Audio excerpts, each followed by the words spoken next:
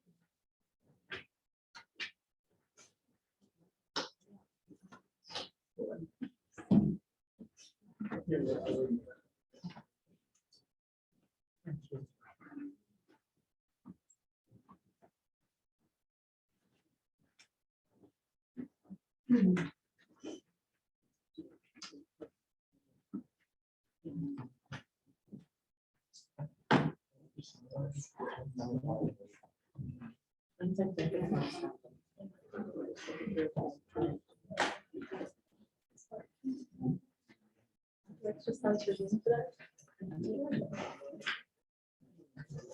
How many calories is it?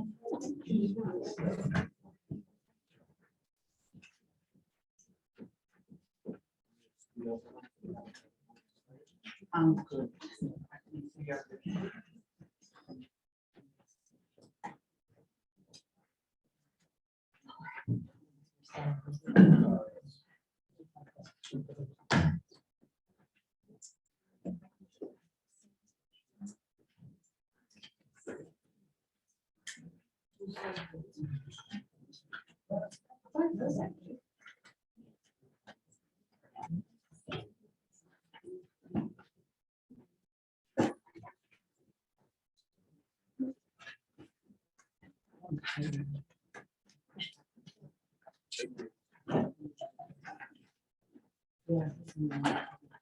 Flashing.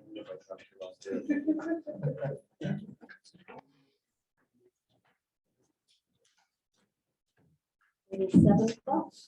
Good evening, everyone. The city council was in closed session and we have reconvened at 7 o'clock. And we did reconvene, right? Yes, we did. So at this time, I'd like to welcome everybody. I would ask that everyone stand for the Pledge of Allegiance and then remain standing in remembrance of David Sloan. Pledge of Allegiance to the flag of the United States of America, which stands one nation under God, indivisible, with liberty and justice for all. Please remain standing for a moment of silence.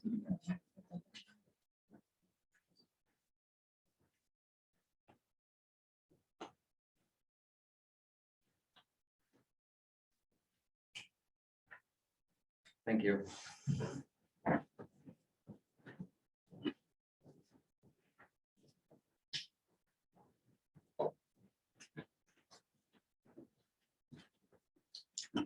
Again, first item on the agenda this evening is the approval of minutes. I'd like to see if anybody has any questions on the council about the minutes from December 15th or the reorganization minutes from January 1st, 2023. I do have a question about our new council members. Would they be voting on minutes they did not attend the meeting? Only if they listen to the meeting. So I was at the meeting. Oh, you were at the meeting. I was not, so I can't vote on it. If there's, the councilman was In the in the room. meeting, can vote on it. Okay, thank you. He feels- Do you want 2 separate motions?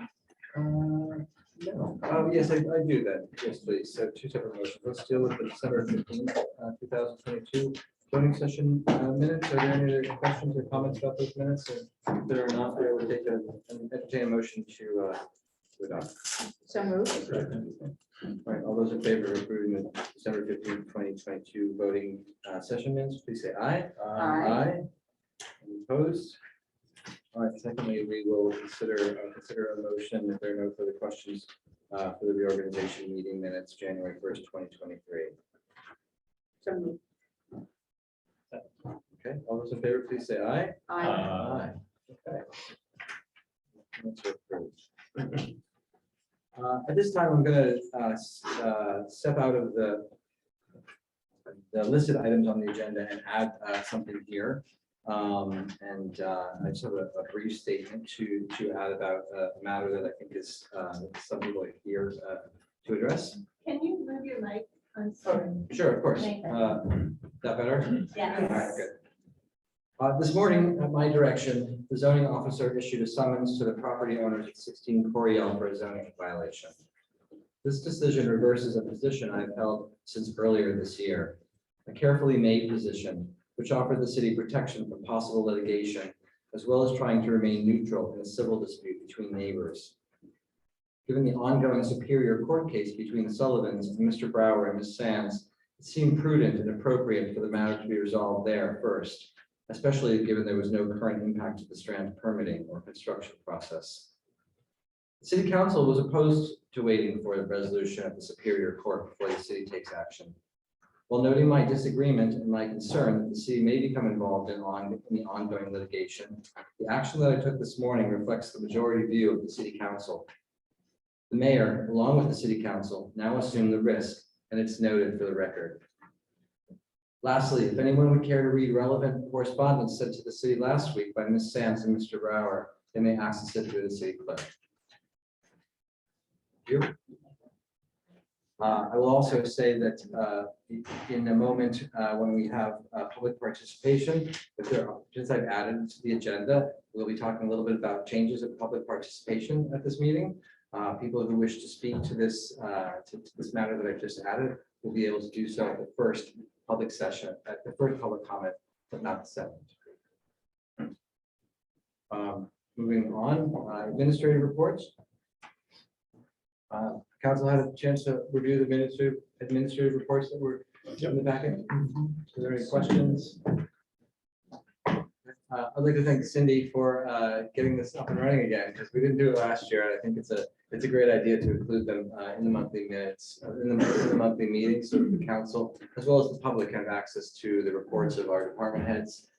Make sure that everybody understands what happens at the police department or at the Department of Public Works, how much the trash get, how much costs to get the trash picked up in a given month, etc. So thank you, Cindy, for encouraging us doing that again. Unless there are no questions or comments, unless there's a question or comment, and entertain a motion to accept the following administrative reports: the clerk's report, the construction report, the court report, the fire, the police report, public works report, and the tax collector's report. Second, please. Second.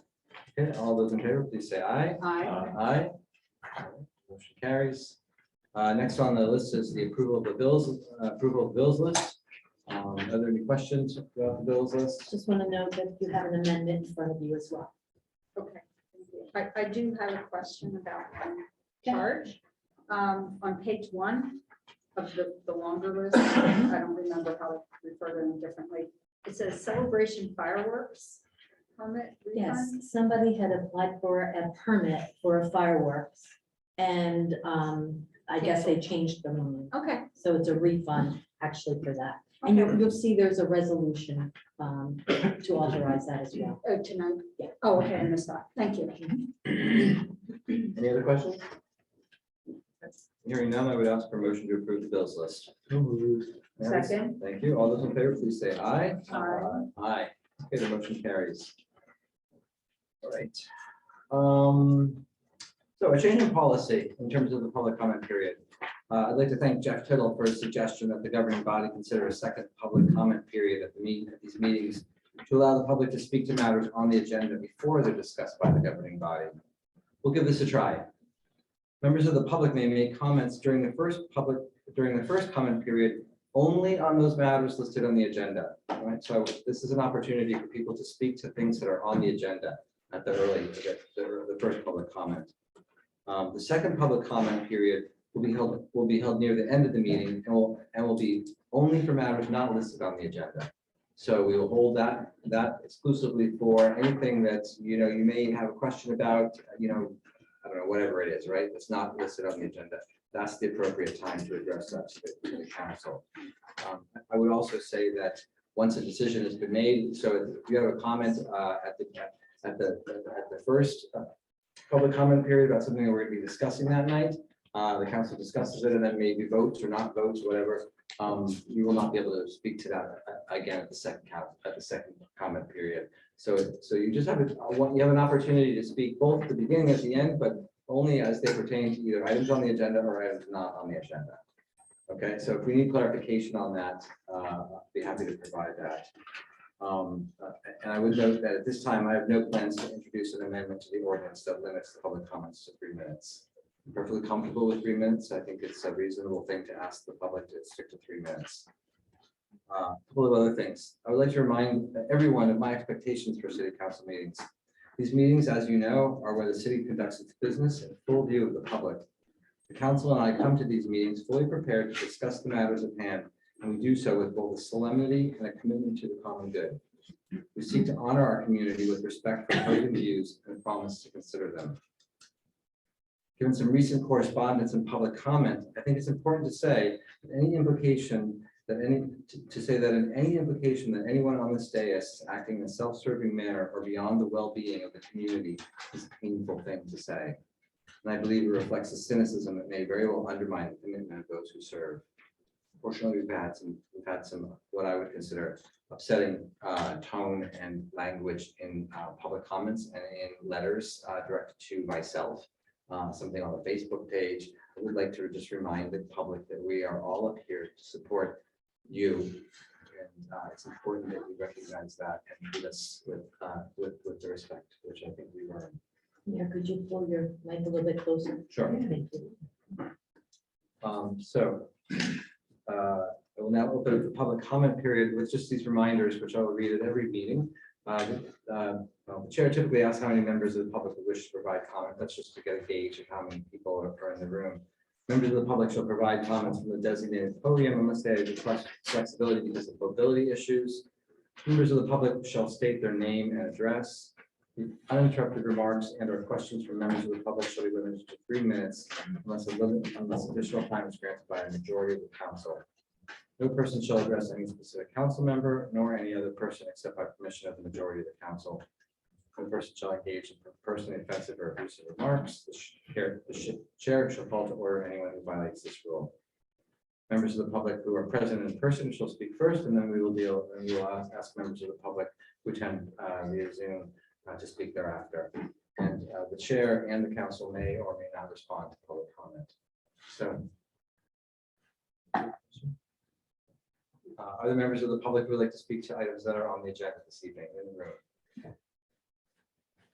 And Lindsay will be keeping track of the time, and she will give you a 30-second warning. Jeff Tittle, 33 Wilson Street. Thank you for opening it up. And I want to thank the council and the mayor for allowing this to happen, because I think it's important to be able to have at least some opinion coming from the public before you discuss and have votes. I'm here on I think it's number 32. It's on the Boston Farm Resolution. And I guess my question is, I may sound a little snide, but my wife's a planner, so I can kind of get away with it a little bit. I don't know why we're hiring a planner before we have a plan and know what we want to do with the property. We really need more leadership from the mayor and council on what the future of that property is going to be. We spend quite a bit of money for it, close to $3 million. Can we recoup some of that? I don't think we'll ever recoup all of it. What's the highest and best use for the public and for the people and for the needs of the town? And I think that's an important discussion that needs to happen and be decided before we decide to hire a planner and have a site plan. Can we get funding from Green Acres, and others, we can figure out what we're doing with them, see how we can maximize or minimize? Are there potentially people who would like to come and use that site or even buy a lot, or maybe have a restaurant or actually have a real farm stand or housing or whatever it can be? But I think that discussion and the vision for the town needs to be part of that before we go off and hire a planner. As someone who has worked with planners over the years, they really need direction from the council and from the community to come up with a good plan or come up with a site plan. Otherwise, you just get garbage in, garbage out. So thank you, and I hope you hold off on that. You?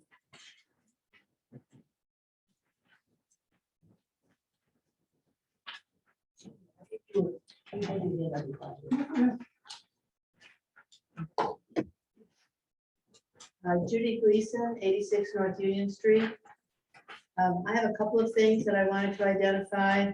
The first is if you all could use the microphones all the time, it's very difficult to hear people in the room. Secondly, I had communicated with members of the council and the mayor on this point, and I'm saying this now so that the people in the room know.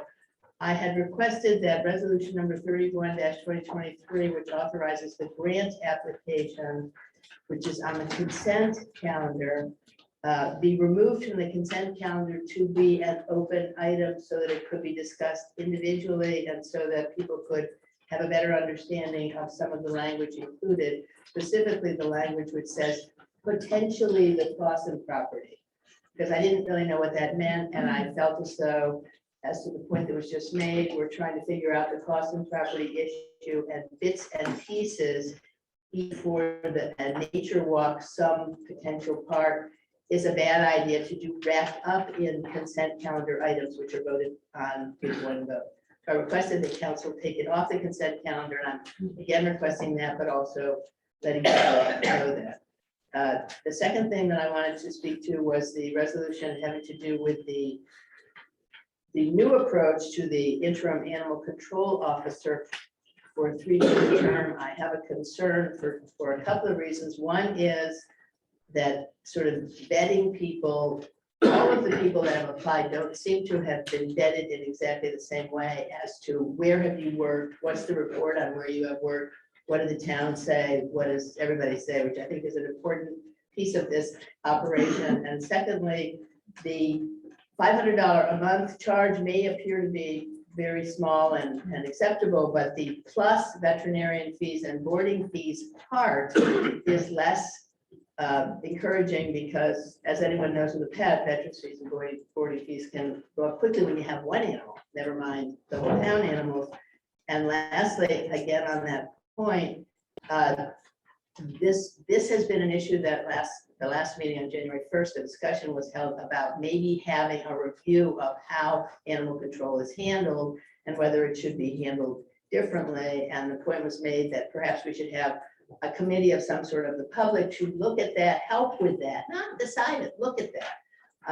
I'm just saying that's a good idea. I think I have volunteered to be part of that. Other people may have, and I would encourage the council to make use of people who are willing to take time to help them, not to make decisions, to help them gather information. Thank you.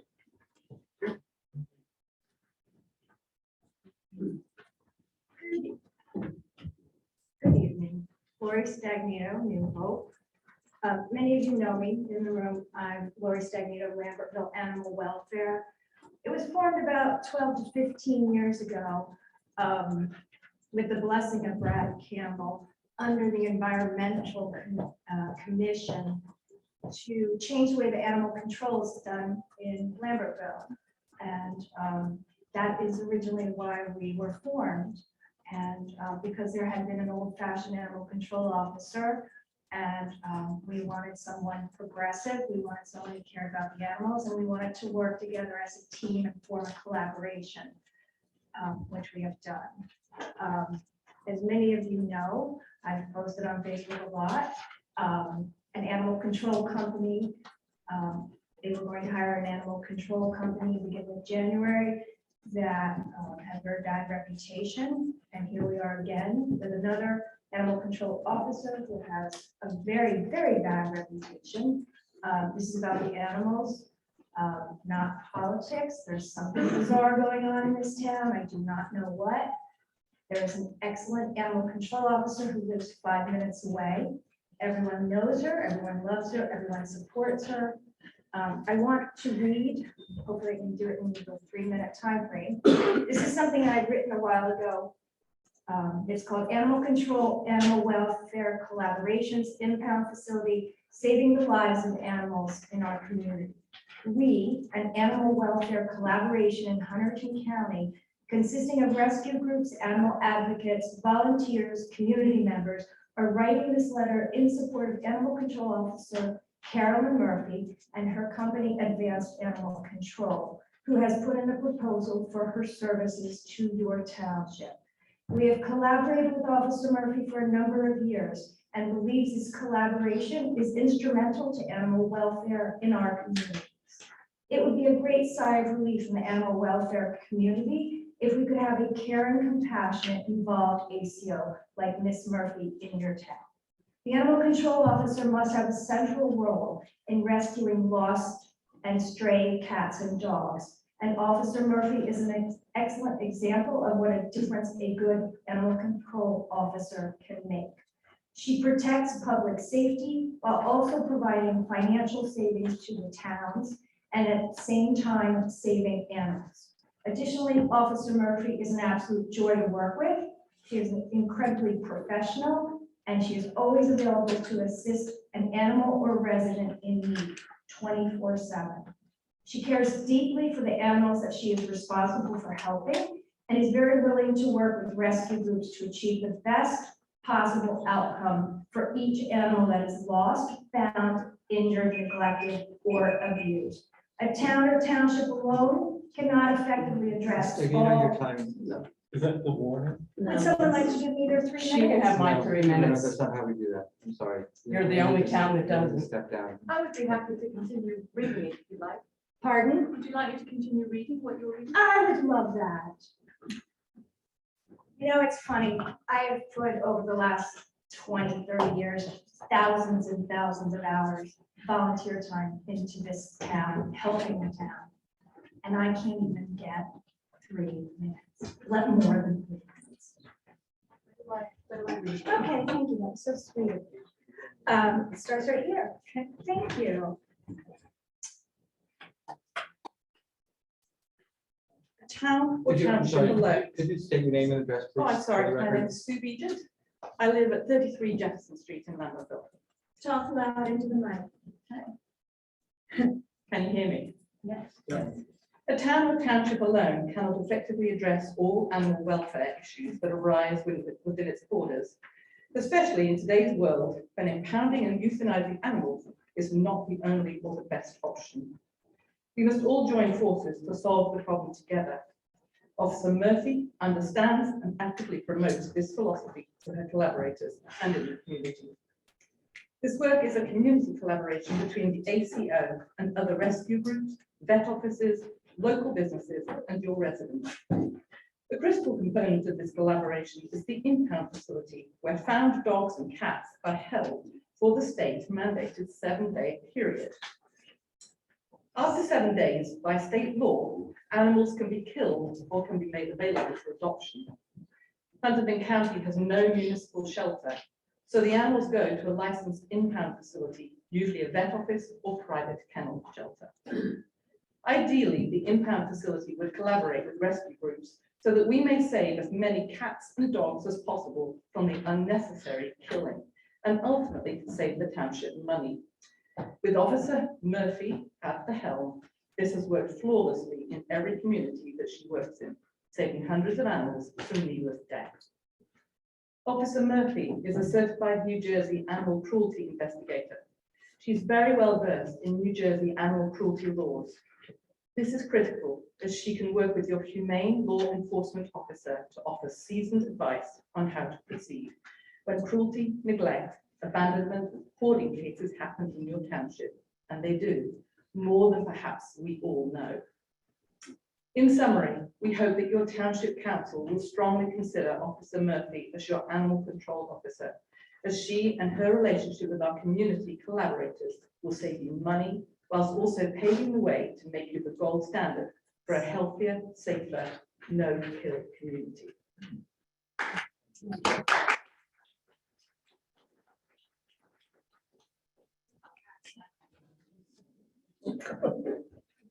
My name is Dan Saunders. I live at 78 York Street. I'm speaking to Resolution 32, which is the Clausen Farm proposal. I haven't seen the proposal, but properties listed in the New Jersey Register will have to go for state review. I think you all know. Can you speak up? Yeah, I'm sorry. It's, Thank you so much. The property. Oh, there you go. The property is listed on the New Jersey Register, as you all know, I think, and will have to go through state reviews. It's important that somebody on the Clark 18th, and they do have some people, have experience with historic preservation projects. And our historic architect or someone who meets the professional standard for historic preservation. I can give you more details if you're interested, but thank you for your time. Thank you. Anyone else in the room who would like to speak? All right, this is for items that are on the agenda. Do you have anybody? One online? hand raised. One hand, okay, that person, just please identify him or herself, or herself.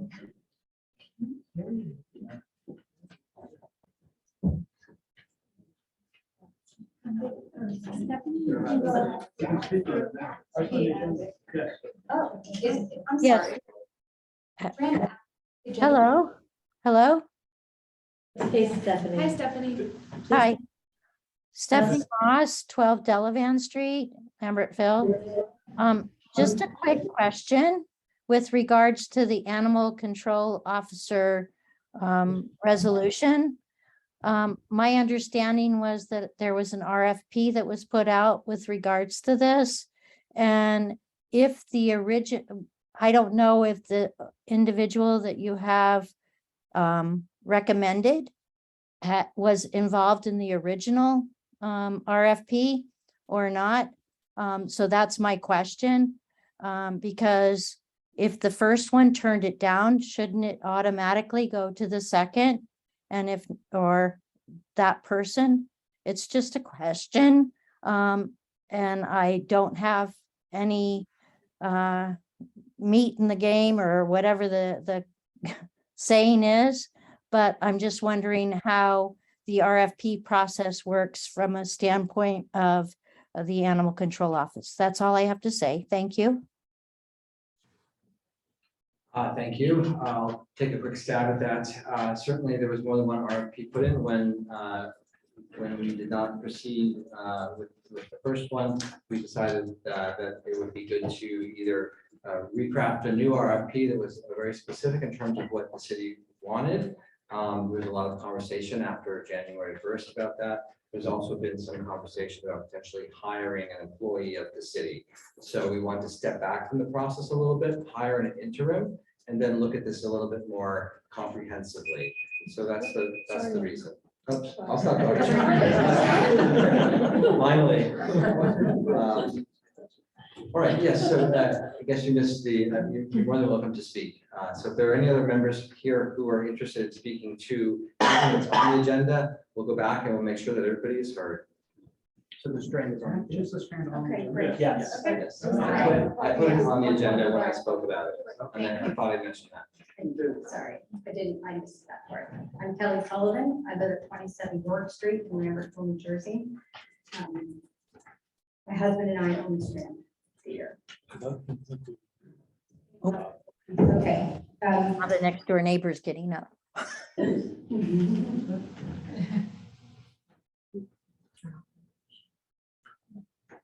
First of all, I want to thank you. This has been a long road, and I prepared something. A number of my friends have prepared something, and I would like to still share it because I feel like it's important information. And I would like my friends to summarize it in whatever way feels good to them.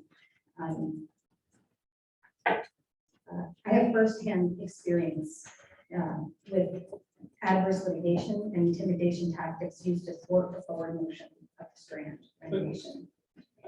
I'm sorry, point of order, is that, Yeah. do you have a question? I have a question. Kelly, were you here when the mayor announced that we are, What I said was when I made my statement at that time, I said I was putting it on the agenda. So at that time, I said that if people wanted to speak to this item, you must have just missed it or not heard. But I did offer the opportunity, since I decided to put this on the agenda, that the people, if they wanted to speak to this this new agenda item, they could do so at the first public comment period. Oh, okay, thank you. I didn't have that. Yeah. Yeah, I missed it. That's okay. Yeah, I just did, okay. Yeah. Thank you. Okay. I've been dealing with this intimidation of adverse litigation since the first time I invited our soon-to-be neighbors to my studio in February of 2020 to share our plans. Rather than the enthusiasm that I was expecting, they threatened to spend $1 million suing us if we installed windows in our building. It soon became clear this is more than just windows. I did not let it stop me from pursuing a vision that I believed in and a project that I was proud to undertake. To have that difficult experience compounded by the lack of code enforcement by the city of Lambertville has been incredibly frustrating and disheartening.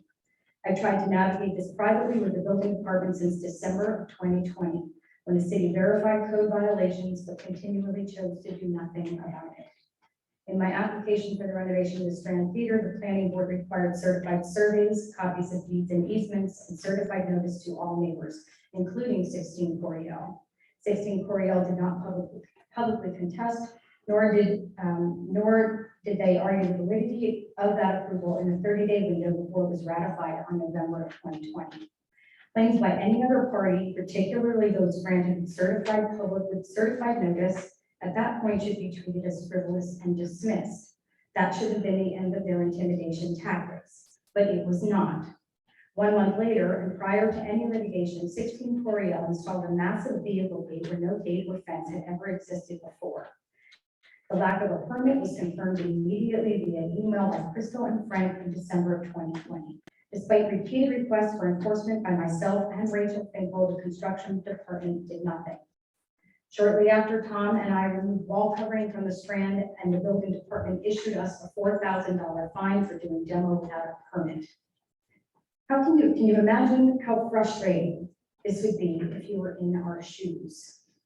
The Office of Regulatory Affairs confirms that removing non-structural wall covering, in fact, is not demolition. We get a violation for a fabricated infraction, and 16 Coriel gets nothing for multiple violations that have already been confirmed by the city. Still, we try to navigate this through the avenues of democracy. Finally, with the new administration in place, Mayor Noel calls in a meeting. All of the open requests are on the table, and there is no denying these violations. Finally, after 2 years of known blatant non-compliance, a violation is issued for the removal of the fence and a fine for each day that it remains. I was elated.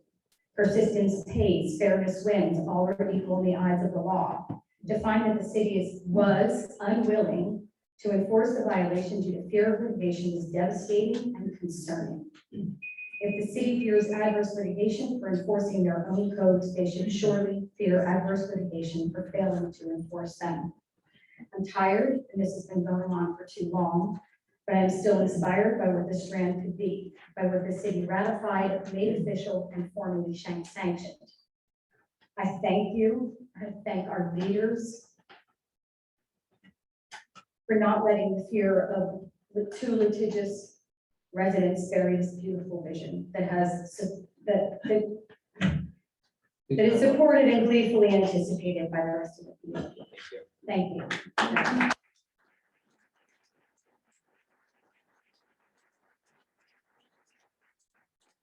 Ask that we not clap, please. This is a business meeting and this is a legal issue.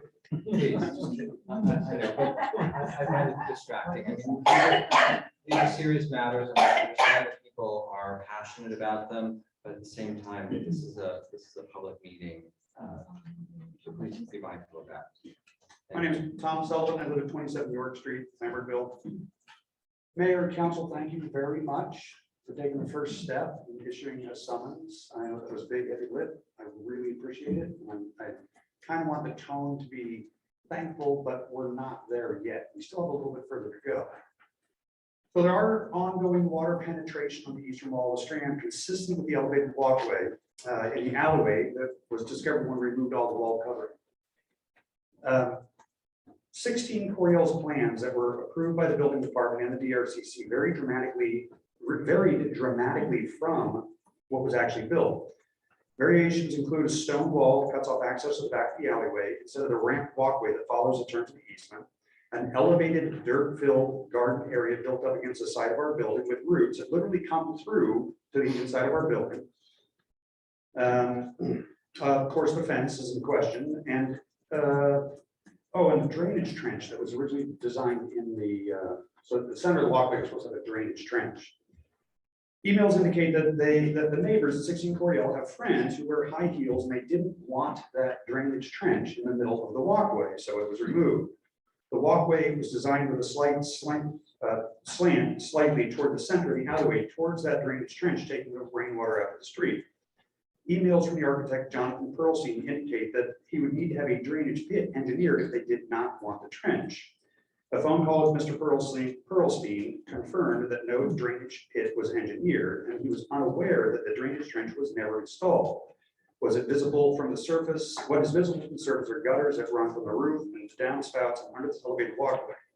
Over requests have shown that there are no updated plans with the city to indicate where the downspouts go, or that any other drainage system was ever engineered. No plans exist to indicate where the downspouts lead to, and 16 Coriel is not forthcoming with any details. We've gone through mediation multiple times to try to get to the bottom of what's happening. Mediation is very expensive, it's time consuming, and it has been entirely unproductive. We've been to mediation 3 times. We've now hired 3 experts. They've hired 1, we've hired 1, we had hired a neutral expert. And the cost of all of these experts exceeds what we would have spent just to simply repair the problem. If they had a permit from the city to put pavers and walkways and everything in, they did not follow those plans. There should be some redress that we have to fix the property, because the building is, we can even use the building because water comes into it every time it rains. What's at stake here is the long-term structural integrity of the historical Strand Theater. Also at stake is our financial ability to continue to pay a mortgage and property taxes that we pay every single month. We have for a year and a half now that we've owned it, but we can't use it. Kelly applied for a historic tax credit, which is also at risk. All right. So I do want to say thank you for taking the first step, but there's a big step left to take. A lot of that work was done and it was not permitted. And we need to get through it. Thank you both, or all of you very much. No fun. Is there anybody else in the room?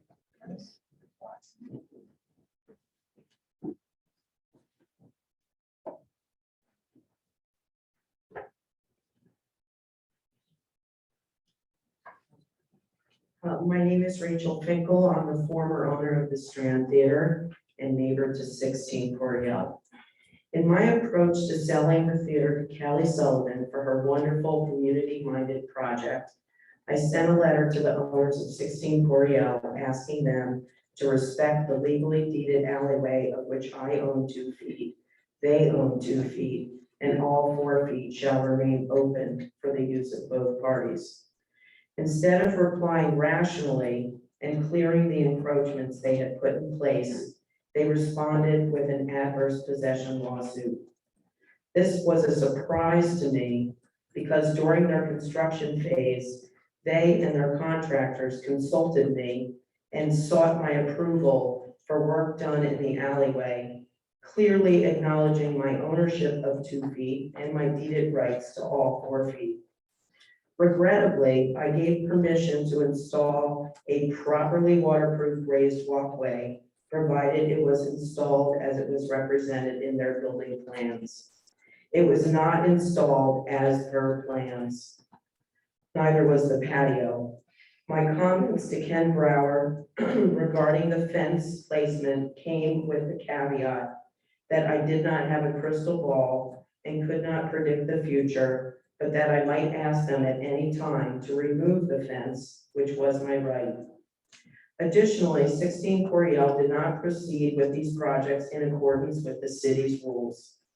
The city of Lambertville has procedures, rules, and regulations that were not properly followed by 16 Coriel.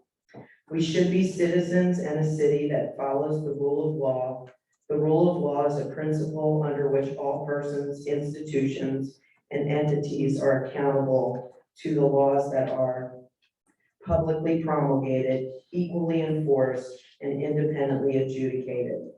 Without the rule of law, we risk descending into chaos and a world where might and intimidation makes right. Thank you for imposing and enforcing your rules.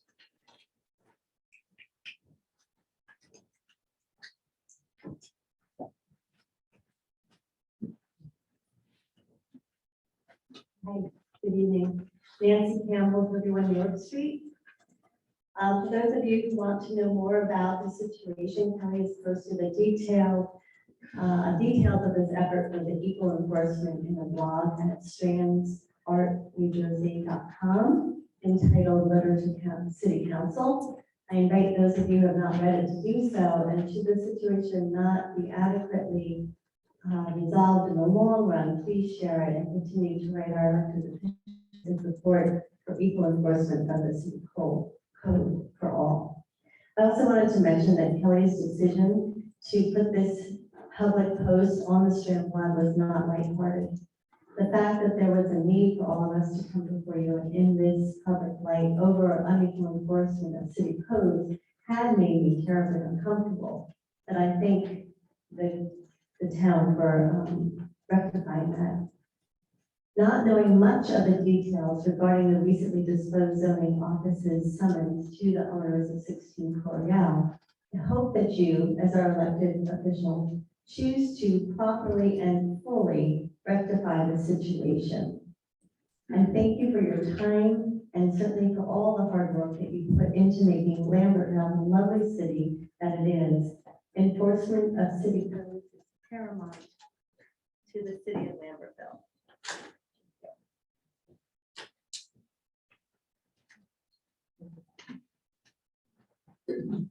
Laura McWater, 23 York Street.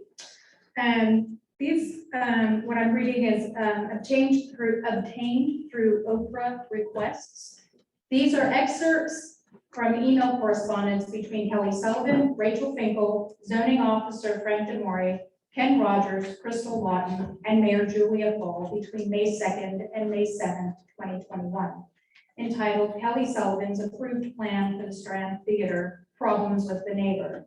We offer this to shed light on the long-running effort to gain clarity and corrective action from the Lambertville Building Department, which is coming, and we greatly appreciate this. Rachel Finkel, there's a 4-foot alley between my building and their house. I own 2 feet of the alley and they own 2 feet of the alley, and all 4 feet are meant to remain open and available for both parties to use for access and maintenance. This is included in the deeds of both properties. Attached is the plan that they submitted and got approved by the city and the DRCC to build a stone patio. However, the patio they built did not follow this plan. Response, Crystal. A certificate of approval was issued for that work done years ago. If the work wasn't done to the approved drawings, the inspection would have never passed and a certificate wouldn't have been issued. Rachel. It does not correspond to the plans they submitted. The plans respect the language of our deeds / easement. Kelly. Attached is the permit that the city approved, as well as the plan that shows the 74-foot fence noted on the permit. The 74-foot fence is on the east side of their property. The fence in question is on the west side of the property and is not included in this permit or the plans you approved. The fence they installed on the Strand property is approximately 56 feet and was installed after August of 2016. If the city requires these permits and there is no recourse for residents who don't comply, what is the point of requiring a permit? Crystal. Ken Rogers was on site today and has determined that the area in question does not violate any UCC violations, as a permit was not required for the decorative patio / landscape wall. It is very possible that no violations have been made within the city regulations. Kelly. Crystal, Frank confirmed via email to me on December 16th of 2020 that no permit was pulled for the vehicle gate that was installed. He confirmed that with you as well. So that in and of itself is a violation, correct? If there is no permit for the fence they installed on the Strand property, that is another violation, correct? Appreciate your time. Thank you.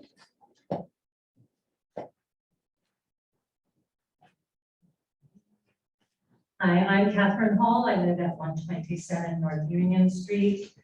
Also known as the Pirate House for many of you. I've been a resident of Lambertville for over 33 years, and with my husband, Jim Mastridge, we have renovated 2 homes here in town, all with the requisite permits and in compliance.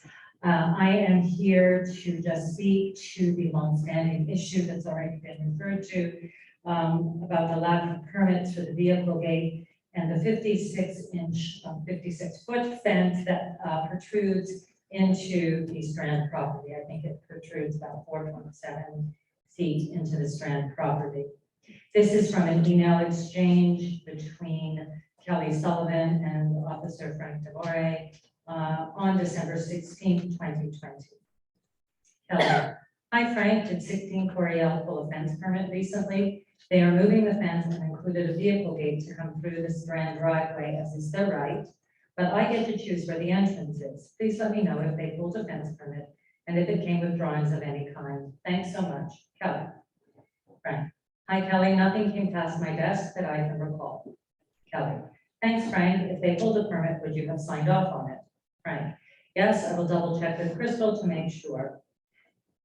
And then Frank follows up and says, Crystal confirmed that no application has been received recently. This exchange was followed by multiple requests for enforcement and verification that not only was no permit issued for the vehicle gate, there was also no permit applied for or issued for the installation of the 56-foot long stretch of fence installed up to 4.7 feet into the Strand property in 2016. All of these email correspondences are available via Oprah requests made to the city of Lambertville, should anyone care to verify the contents. Thank you.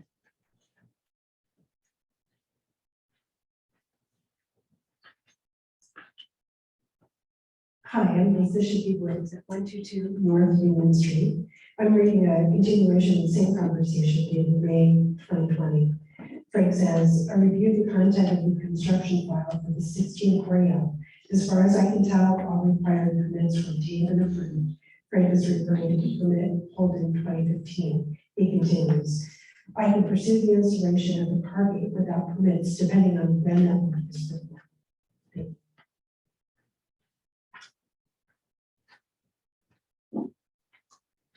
Hi, my name is Catherine Carnes. I live at 52 Delaware Avenue, Manhattan, New Jersey. This is the second part to Laura's comment.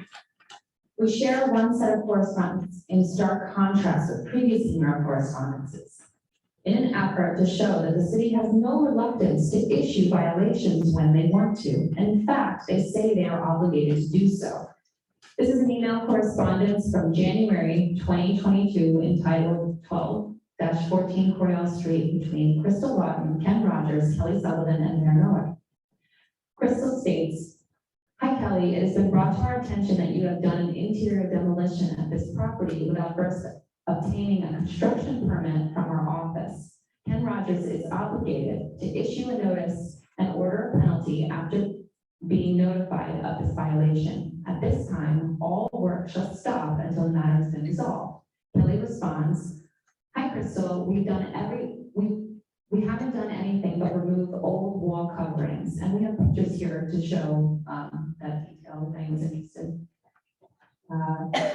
We surely were not trying to hide any of it. I, Kelly, have been posting pictures of it on social media for 2 months. I apologize if we need a permit for any of that. I'm happy to get one. The violation is a bit of a bummer considering that we are in the middle of a lawsuit over a fence that was erected with no permit to our property, with no permit on our property, and the city would not do anything to correct that. Why no violation for them? I've been asking for a year and still I don't get an answer. In the meantime, please send me the code of that violation, that the violation is written for. Crystal responded, Kelly, I can tell by what you have posted that you honestly didn't realize that you needed the permit. We just have to follow protocol through our office. Below is the code reference, et cetera, et cetera. Kelly says, thanks for that, Crystal. Thanks for that, Crystal. Alteration in the code is defined as the rearrangement of any space. So Kelly goes on to describe what demolition is, and I'm under the understanding that the removal of a wall covering is not exactly demolition. So while there would be many reasons, we should have gotten the permit to remove the wall coverings. Alteration does not apply. Crystal, I spoke with Ken. Yes, the permit is required. All right, this is a side note. The violation and the fine was written to Tom and Kelly for $4,000. The building department offered to reduce the fine if they applied for a demo permit. Kelly was advised by the Office of Regulatory Affairs that removal of wall coverings is not demolition and that she should not write a word demolition on the permit. Kelly followed the advice and paid a $250 for the permit that read removal of wall covering. And again, this information is obtainable on the Oprah request. Thank you so much, and I really appreciate you moving forward with this. It's an important project. Thank you. Thank you. Judy, I'm gonna ask you, you've spoken once, so. Mayor, I didn't speak on this, and I just have a question of clarity. I have no dog in this fight. I just have a clarity All right, question. you may ask your question. Thank you. Judy Gleason, 86 North Union Street.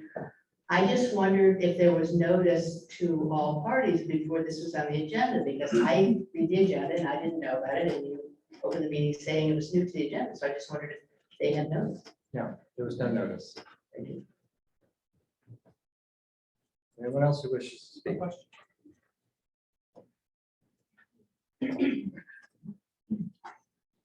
I have Frank Dono from 18 Jefferson Street. I just have a question. Can you get into more detail on the process around summons? How it'll be enforced, what the time frame is, what the appeal process is, remediation, that sort of thing. So the harm here can keep track of how this will proceed. Yes, I'm going to ask Mr. Opal to do that. I've been through this a little bit, but I'm sure that Mr. Opal will provide the most clear answer to that. Question. Summons was issued today. It was filed with the municipal court. The next steps for the municipal court to set a court date. I don't have that date. I'm not sure if the city does or if the court has set the date. Normally, it's within my understanding. Please don't hold me to this because I'm not being specific, but my understanding is court date is usually set within 2 or so weeks of the issuance of violation. At that time, there'll be a first appearance by the recipients of the summons and the municipal court process will play out. One more comment, you, Mr. Mayor. I was struck by how you started your conversation around the prospect of litigation. And I appreciate that you changed course on that one by listening to other people and changing your mind. I think that's a great way to govern. But secondly, I hope that in the future you continue to govern that way and not by fear of litigation. I'm not sure that's the best way to want to see it. Thank you. Anyone else? Please step to the microphone.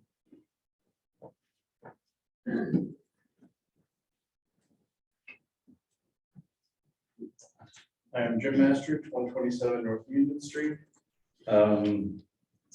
This is my ignorance, but just for clarification.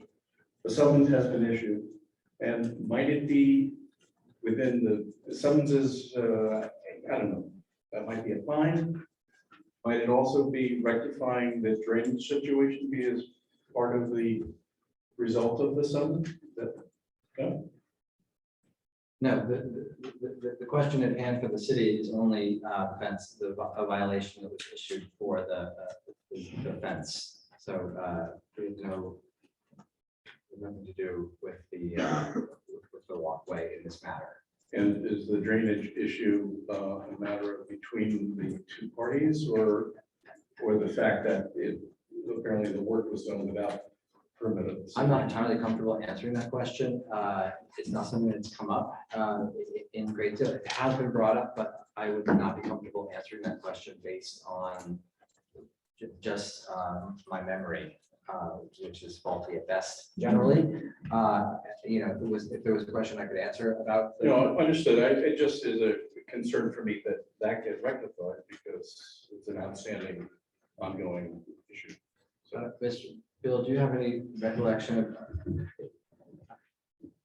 I think I know the answer, but I'm not going to say it because I only think I know it. Two things.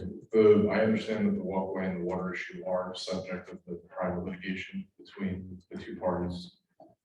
Second, I didn't see the summons, but based on the conversation that I had, the summons was issued for the violation of the zoning ordinances for failure to obtain a permit for the fence.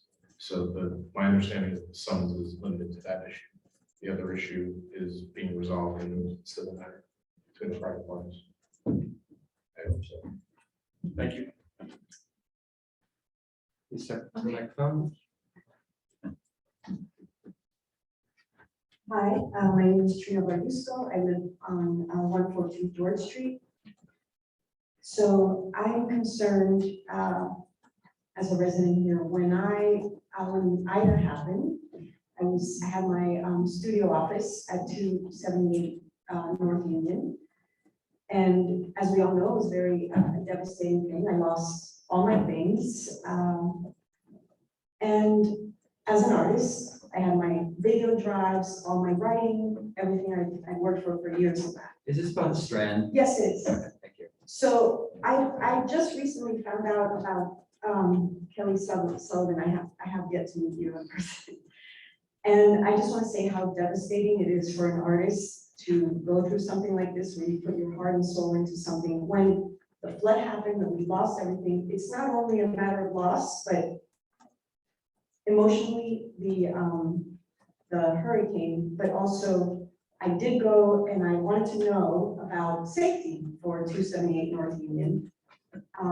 And I spoke to the construction office, and the folks there, they were, what's the name of the company? Conveniently forgot. Anyway, they were building without a permit. They started building, doing construction without a permit. When I asked, why are they doing construction if we haven't spoken about safety? I'm going to interrupt you because this is clearly not about the Strand now. Yes, it is, it is, because I see a parallel in this, and I'm concerned about Okay, then you can make your construction remarks. office not letting people do, Then you're welcome to make your remarks at the second public comment period. I didn't understand the difference. I guess I have to speak at the end. It's not about the construction. It is about the construction office. That's fine. All right, I'll allow it. So you have just another minute or It's a so. lack of confidence in what you can do here if you want to invest in the arts or in the space or in your work, if your construction office does not comply with their own rules. Thank you. Yeah, see anybody else in the room? I know that we went back to the room. Is there anybody online? Okay. At this point, I would entertain a motion to close the public comment period. So moved. Is there a second for that, please? Second. Right, all those in favor of closing the public comment period for public participation session, please say aye. Aye. Opposed, motion carries. Okay, we're gonna move on to the consent agenda, number 9. So the consent agenda is comprised of routine matters and typically is enacted by one motion. Any member of the city council should seek separate discussion of any item. That item should be reviewed and discussed separately. I'm happy to grant Judy's request to consider resolution number 31. 2023. Before we begin a discussion of that, are there any other resolutions that would suggest that concerning? Yes, Bill. You said 31. Just 31. Yeah. So. Yeah. So resolution number 31-2023 is a resolution to authorize the grant application for county accountant to use the city's bank open space funds for a project on Music Mountain in the potentially the cost of property. So just to review this, and I may ask, can we ask those people please to move outside?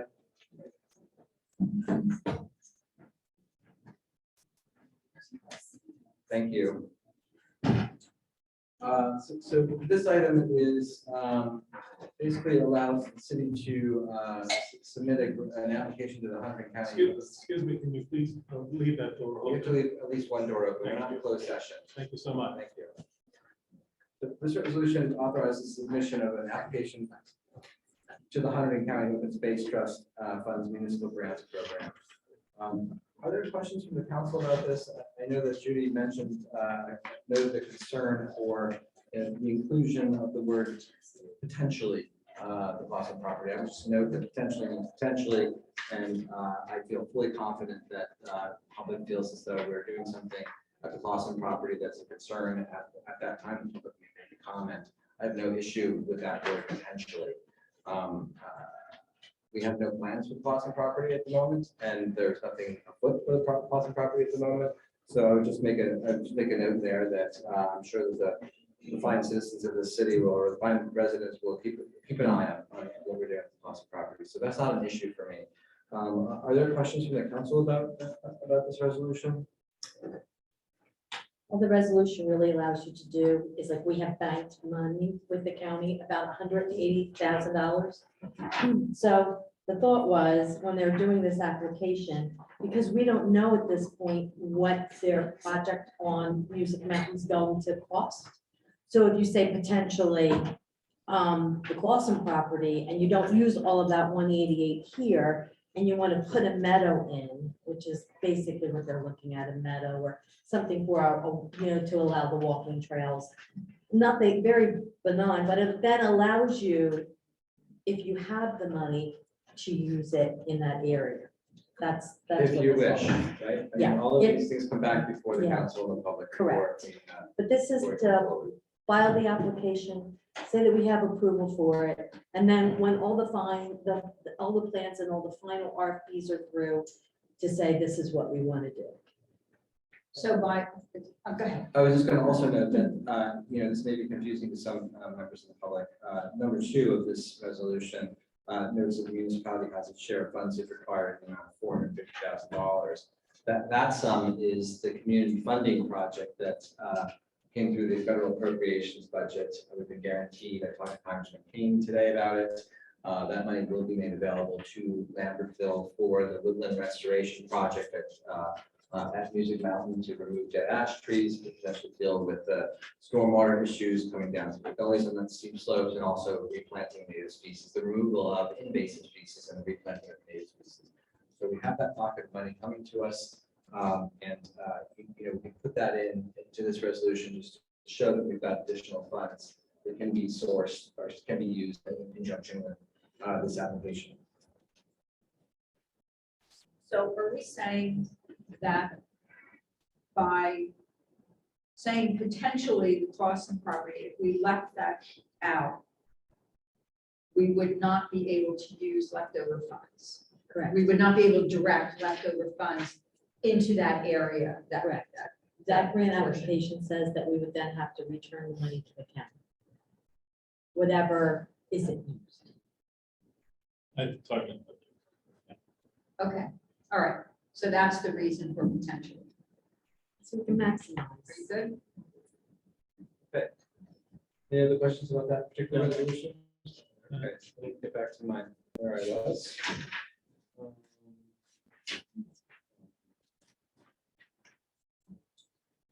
right, if there are no other questions about any of the items on the consent agenda, or the council doesn't wish to remove any of the items for consideration, I would ask for a motion to approve the consent agenda items. Resolution numbers 25-2023 through 31-2020. Have a second, please. Okay, all those in favor, please say aye. Aye. Any opposed? Okay, thank you very much for that.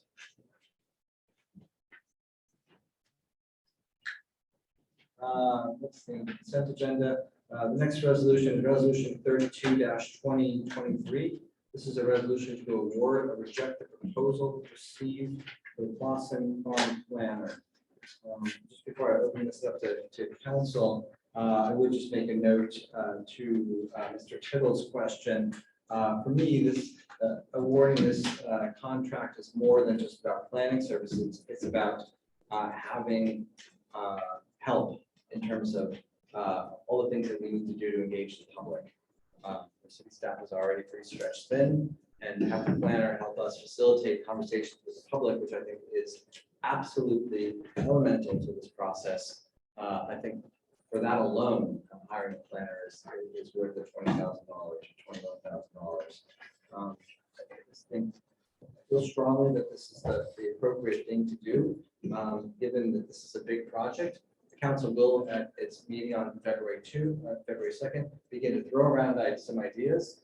But I do think it's important just in terms of being able to support the city efforts at public engagement and planning. I mean, there will be planning that will have to happen here, and it may involve help with specific questions about how do we parcel off the property if we want to do that, for example. So I think that from where I am, I think it's an important component of our work moving forward. Council has questions about this or would like to express a view. I disagree with you respectfully. I think that first council needs to talk about how we're going to utilize this property before we go and spend money and hire experts. Not opposed to hiring a planner down the road, but I really think that, when this project went forward, the public was told that we were going to be getting certain funds, and we're not getting those funds. And it's a lot of money. It's 7 figures difference. Depending on if you have the matching grant from the county or not. Either way, it's a significant amount of money. There have been a number of people that have reached out to me based upon this being in the meeting tonight, in the agenda. Nobody has expressed any support for this, to me at least. In fact, it's been the complete opposite. I think that there are a lot of people that want to discuss how we can best utilize this. I think there's a lot of consensus for preserving part of the property, but I think we owe it to the taxpayers to look at what can we sell out of this. And I think the farm market is a very valuable portion of this. I think the log cabin as well. And I think council needs to talk first about that, and then we go figure out how we're going to use it. Yeah, I too respectfully I don't think this is the time to, start spending the taxpayers' money when I think we should really start to lead a little bit more on the property and what we want. There are certain parameters I know I expressed in December that I still feel now that, we need to proceed with talking to Green Acres about what we can and can't do to the property, so we know what we're doing going forward, so we could direct a planner when we need them to do things. We don't really have a fiscal plan for the property because we paid a certain amount for it. We were told we were going to get $1.5 million. We're getting considerably $233 perhaps, $333,000 perhaps from Green Acres in response, a lot less. So we really need to kind of figure out, well, how are we paying for this when we thought we were getting this money? And how are we, let's account for maintaining it and what we're doing going forward. So kind of putting together a fiscal plan with a physical plan, I think is prudent. And we also had put out, the council had put out prior to me joining the council, an RFI on the farm property, and we've never really discussed the responses or how we're dealing with that. So I feel like I'd really like to tie up those loose ends because the situation has changed from when we first bought it. They're all kind of gung ho and ready to go. We have fiscal constraints now. We have the Green Acres constraints. We have, less money. Let's take a look at it. Let's talk about it. Let's engage the public ourselves and lead. I don't feel like we need a planner to interface, but we'll be able to engage that planner when we get some, better consensus on where we're going. And then we're spending the taxpayers' money like most efficiently, I think. I'm inclined to agree with my fellow council members. When we met in December 15th, there was a letter that had just come in from Green Acres pretty much cautioning us to not make any commitments or plans with the property until we had met with them. And to me, that's a really strong driver as to, you know, a critical path item in this process. I think we do need to sit down with them and clearly understand what we can expect, what, you know, what we are expected to be able to do and not to do.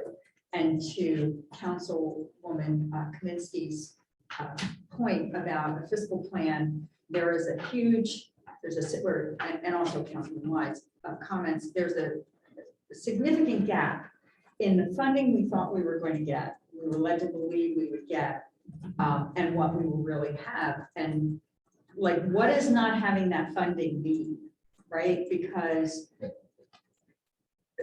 you know, there was expectation that that was going to pay for certain things. And I think we really need to go back and take a look at it. So I think that this is premature. I'm not opposed to hiring a planner. I just don't think we're there yet.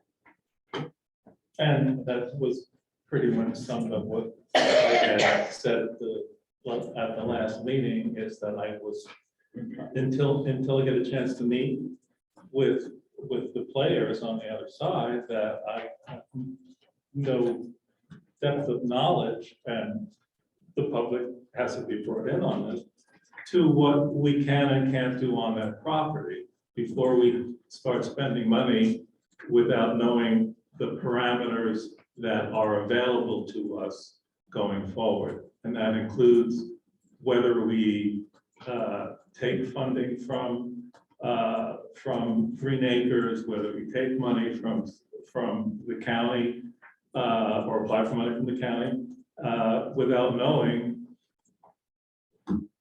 the constraints that that grant will put on the city, not only now, but for generations to come.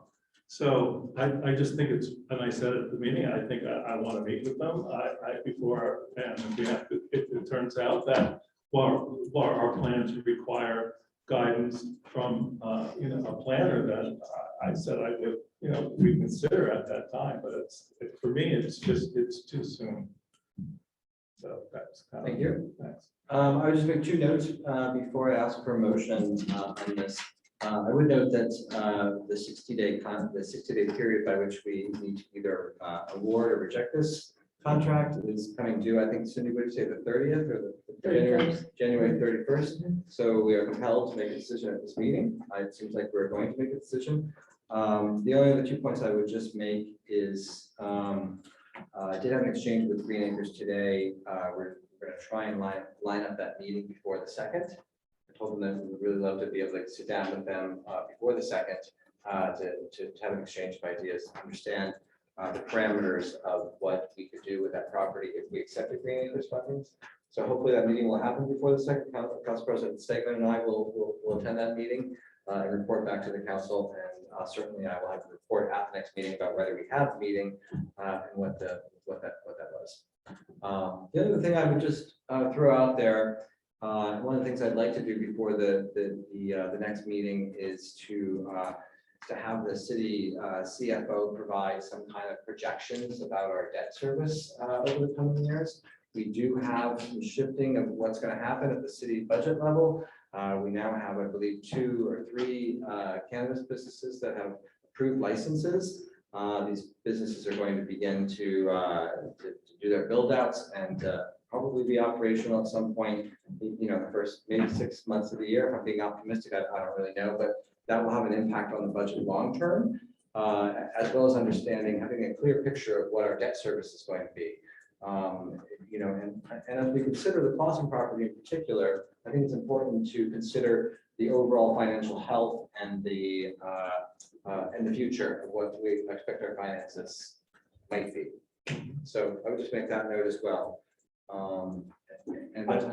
And Mayor, may I say something? Yes, please. If your schedule doesn't permit, because I know how busy you are, I would be glad to go with another council member and then report back to everybody what we found.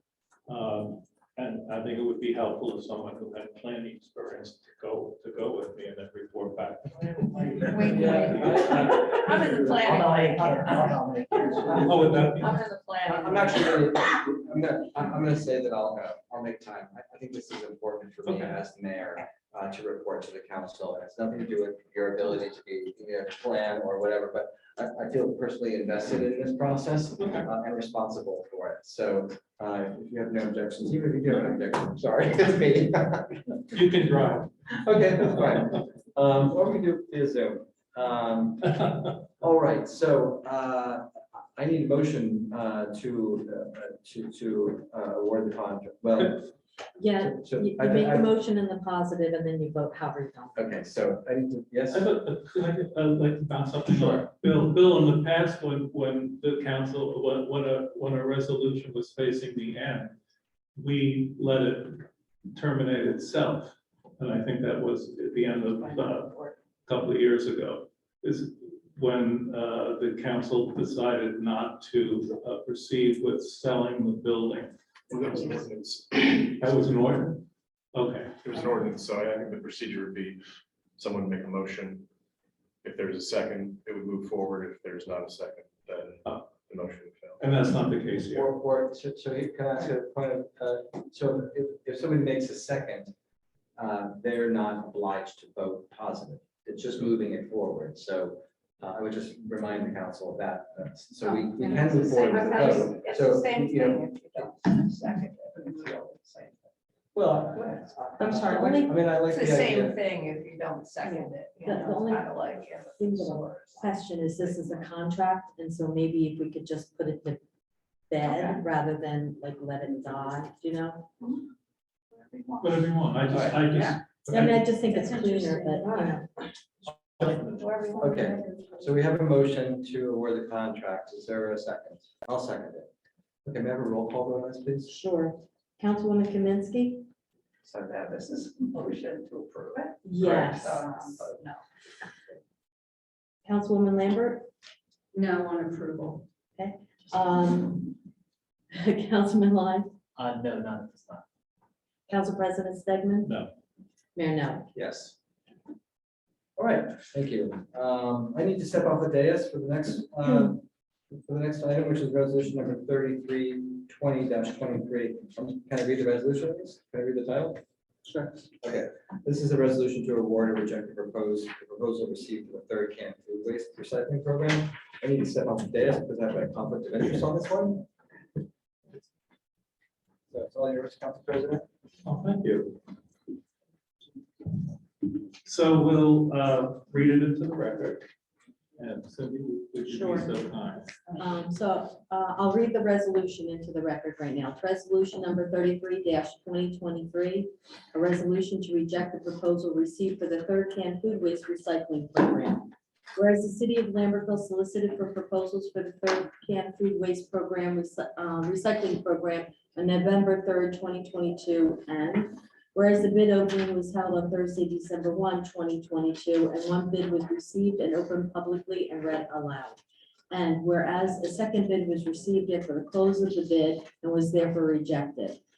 And whereas the bid that was received was from one compost can by Terra Creta LLC, and whereas a review of the bid document offered the city many options and the opportunity to grow the program.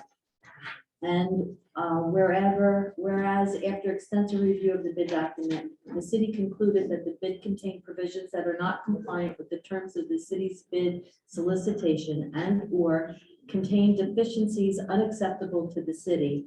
And whereas the city desires to reject the bid and authorize the reissuance of the bid with minor revisions to ensure respondents agree to proceed in accordance with the city's requirements.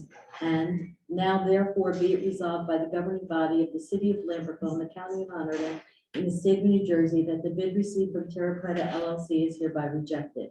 Be it further resolved that the city clerk is hereby authorized to revise the bid specifications and rebid the project. Any questions from the council?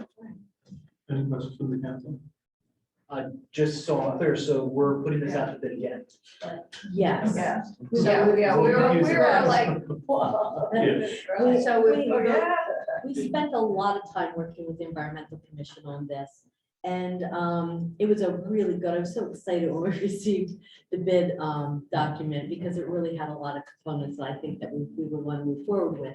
However, we reviewed everything and there was a difference between DEP and USDA, the United States, what agriculture. Yeah, what they're, right, what they accepted. And so it just came down to minor language issues. But I think after receiving this proposal, that will go back to the Environmental Commission and, make a recommendation for some things like, in there it had where we would come up with a compost rate for residents. Well, they're already doing that. So we don't really need to bid for that. But we do need to bid for restaurants and we do need to consider lawn waste, right, Lindsay? And also, do we want to have, maybe it'll come back, a dumpster for people, to just dump their waste. And how are we going to do that? Is that going to be a weekly thing they drop off and then they take away? Because we all know in the summer, it's going to be stinky. Yeah. So they're all things that after receiving this, that like we thought about. And Yeah, I was kept on in the loop with this, so it's not a surprise to me. Right. So any other questions? So can I have a motion to, this is a motion to Reject. Was It's a it- motion to reject the bid. The motion is to adopt the resolution to reject. yeah, The resolution is- So I'll make the motion to reject the bid, right? well, to approve, to Approve the resolution that will reject the bid. Yeah. So yes is no. Yeah. So yes is no. So yes is what we're. Do I have a second? Right, second? Madam. Sure. Councilwoman Kaminsky? Yes. Councilwoman Lambert? Yes. Councilman Lund? Yes. Council President Stegman? Yes. Thank you. I know that was complicated. Okay, we always get confused with those yeses and everything. I know. Well, I missed it. Okay.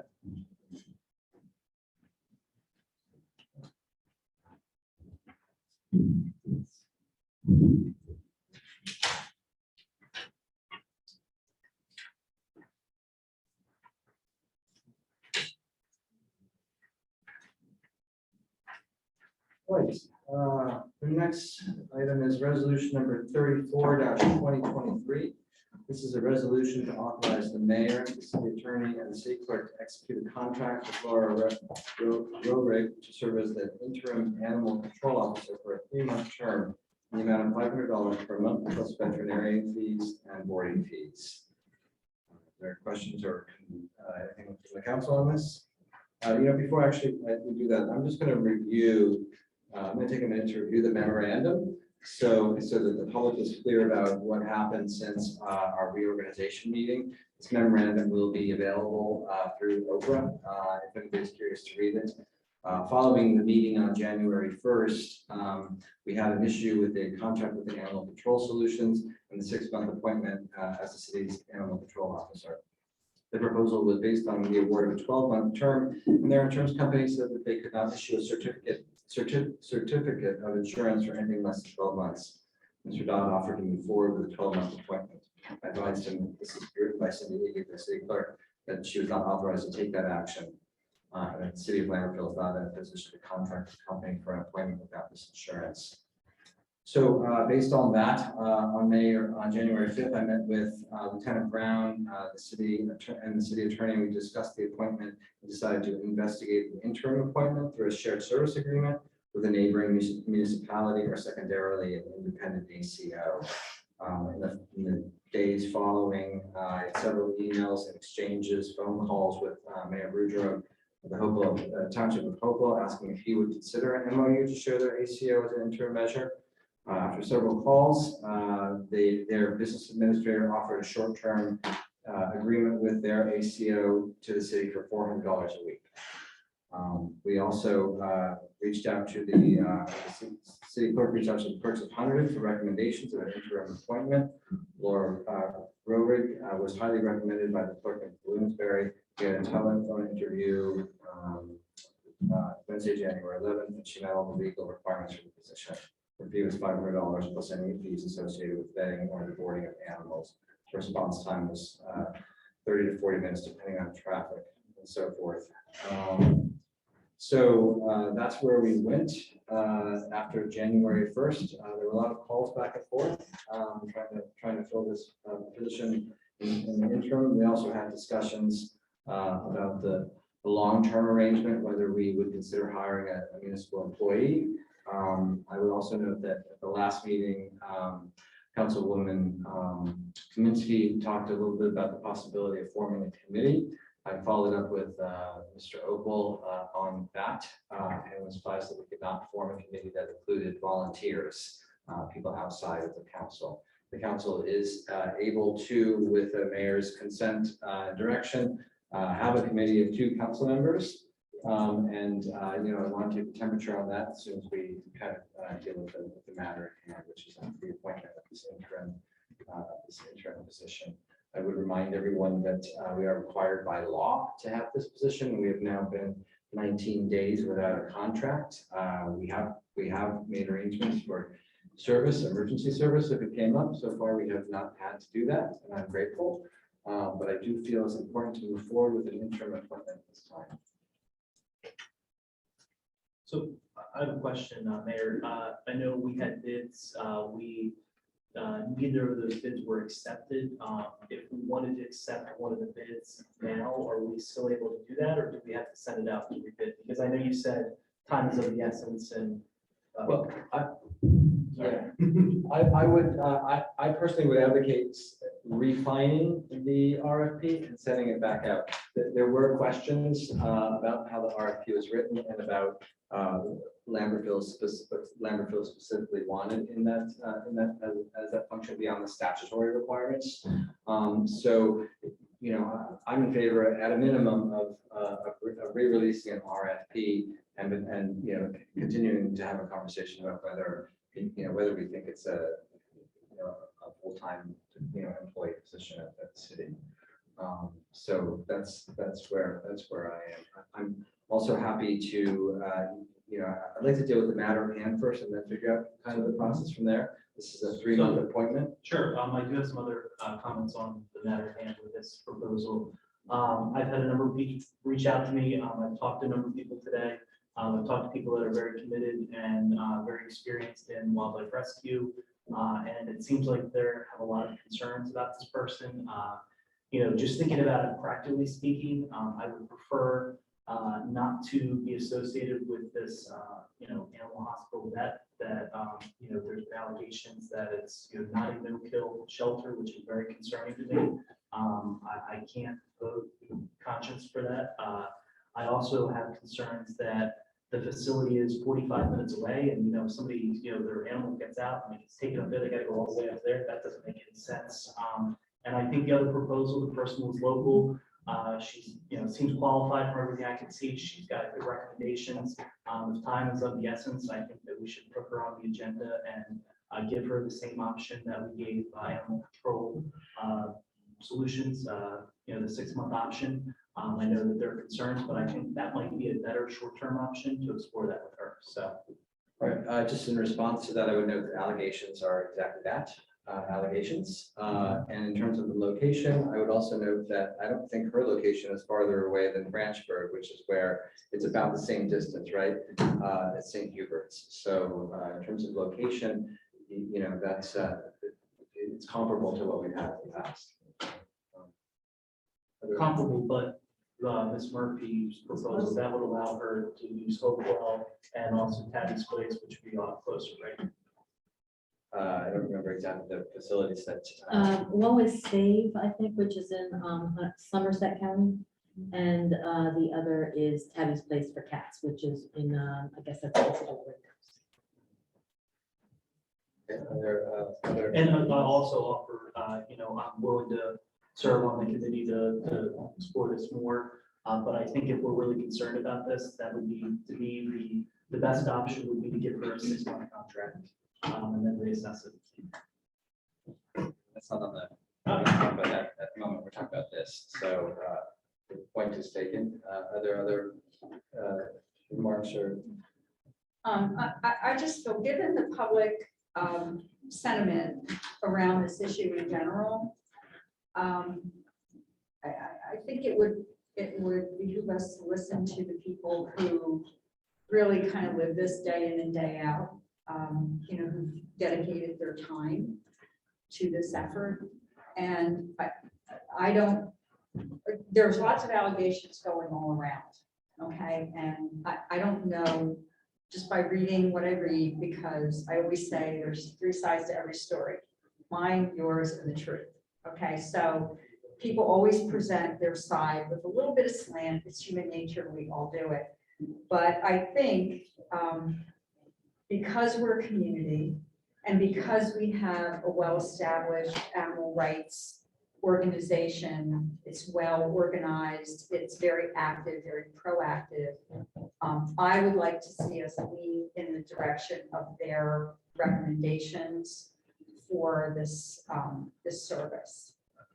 So can I ask Mr. Opal a question about that? Can you speak a little bit to the legal appropriateness of, I don't know if you have any thoughts about asking members of the public to weigh in on what's essentially a contractual right? When did the city receive the proposals? I believe that was in November. And then we held an interview process. Everybody was interviewed. So beyond the 60 days at this point? Yes. The councilman's point, we're beyond the 60 days from the receipt of proposals, which of the public contract was the time within which we're required to bid and go out and We didn't go out to bid. We asked for proposals because everything was below the bid threshold. Oh, okay. So we asked for proposals. 2 people responded. And, there's no advertisement of that, but it was in December, I believe at the beginning of December, we interviewed. In December 14th. Well, December 14th is the memo, so I have to look at that. Yeah. Okay, to the mayor's point, I think the analysis that I provided regarding the council subcommittee, I think speaks for itself, and it's pulled directly from the statute for the city's form of government. And the recommendation I made in there was, if the council is going to consider public input beyond what we hear at meetings, I think it's important for the council to form a subcommittee, and then those subcommittee members can draw on expert, considerations. They can talk to members of the community. They can talk to anyone involved that they can form or better inform them and form an opinion of them that the subcommittee can then present to the council as far as the contractor. I think that's the appropriate way procedurally to handle that.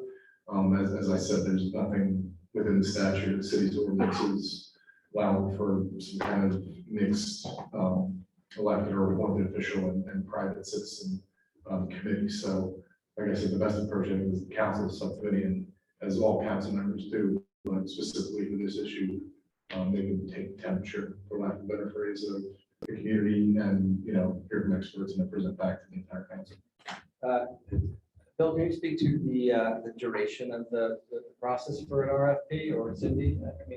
My concern here is that We didn't send out an RFP. Yeah, so usually for an RFP, the city has 60 days from receipt of proposals in order to award or reject and go back out.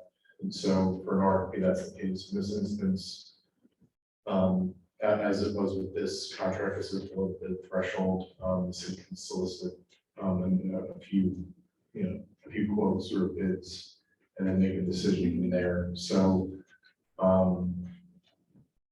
Could we reconsider the other proposal, since it's not an RFP and we don't have to notice this? Can we take into consideration hiring the Advanced animal. advance the other company that That bid. that we need Or submitted. yeah. The agenda is to it's to list all the items that are available. I would think for an issue like this that we would need a formal resolution to appoint them. and provide notice to the company that they're being considered for a contract, I think is important as well. So I would advise the governing body that if that matters to be considered, it should be listed on the agenda, and the company be afforded the opportunity to know ahead of time whether they're being considered for a city contract. So what's the exposure? Assuming we can do something like that for the next council meeting, would we be able to do it for the February 2nd meeting? We're already gonna have to, yes, and in fact, in a minute, I'm gonna explain why, because we're gonna do Mr. Oval in a second, February 2nd meeting, if he's available to join us. I'll explain why in a minute. It's a governing body decision, so however the governing body. I wants to wasn't proceed sure, like work with the meeting. sessions, sometimes we don't do stuff like that, I'm still not clear.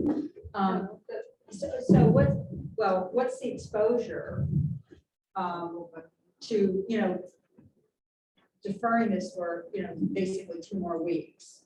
I mean, I understand what the risk is, but, we could have some catastrophe occur of an animal control nature, but, all right, I don't know if I should say what I'm going to say, but I'll say it anyway, then you can tell me to stop. But I would hope that if we were willing to, take the advice of our local animal control and animal rights organizations, that they might be willing to help us through an interim period where we're exposed for coverage if the need should arise, kind of on a case, on a case-by-case basis. Would we need to enter into some formal arrangement, or, would we be able to work something out where there's sort of a collaboration until we can get this squared away, if there should be some dire need? Well, if I may, I'll just speak to that. We do have an informal kind of handshake agreement with Ms. Rohrig to help us if anything comes up. And my understanding was that with, based on the fact that we were probably moving forward potentially with an interim appointment. So I don't know whether, she would continue to do that. We would have to contact her. Cindy, I don't know what your conversation with her was about, the duration of like just informally, committing to helping us out. Right. I don't know. I'd have to have another conversation with her. I don't know how she'd feel about that, and I don't want to misrepresent her. So if I could just add one more thing, that after going through this process, we found that there were things that we should probably have in a request for proposals, such as copies of contracts and, response time. There were details that we should go just that, 2 more steps in to make sure that everybody's comfortable with this. And that's why we thought we should pull back, take a look at it, what really are the needs, and then what would we need to back that up? And do we want to investigate hiring an employee again?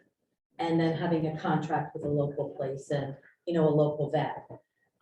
So they were the 2 things that came up.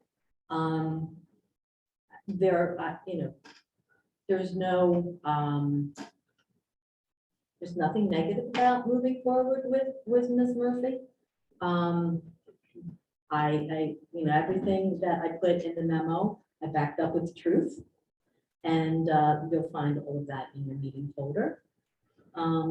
So however you want to proceed, but I think long-term, we need to make sure that we back down action, that we have everything 100%, so that we are not embarrassed someday by opening the newspaper, not having a contract.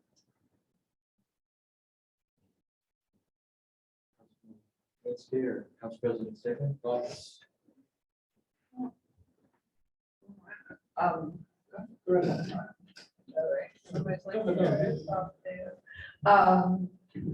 Seems like there's just a lot of, what's the old saying, he said, she said, that, I know I personally would feel a little bit more comfortable doing the fact finding. I think it's been difficult for us because there's just a lot, coming at you from a lot of different places about about a lot of folks that we have under consideration and feeling comfortable and, you know, giving someone thumbs up, thumbs down has been difficult, given that it's like all coming over the transom. So if there's a way, I know we can't, the world has gotten rid of the informal, like, give and take across the dais here, but if we wanted to do something fact finding here with a, you know, council member or two, I support it for the time to do it in a very, very short time period. And, you know, since it's not a big formal RFP, we know what we, you know, want to add or want to ask,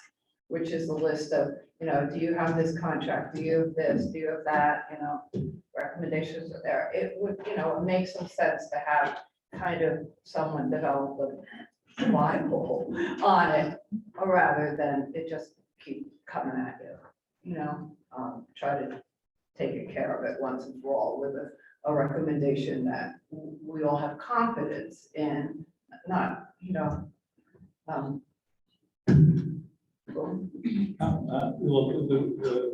I mean, I think that's a good point, and that if we can get that information, or you guys can get some information about that specifically, or go back and verify that it's important. I think it's important fiscally for us to be able to know that and what exposure, not exposure, but if the services can't be performed because there is no more than a handshake between, you know, party A and party B, I'm concerned about what happens then. So I would be more comfortable getting all those to say ducks in a row. But Don't say it. I won't say it, but getting that information, so, you know, that we do our due diligence to protect the taxpayer of the city. We don't have, and you could take time and if that's what you can do relatively quickly, so maybe we can address where we think we need more information, and then not only from since there was no real guide on the ask for proposals, right? So, so we would, you know, if that can be met with the current applicant, the other person that had applied for the job, you know, we get that level of confidence in how we run the city, and how when arrangements are made, I think the comfort level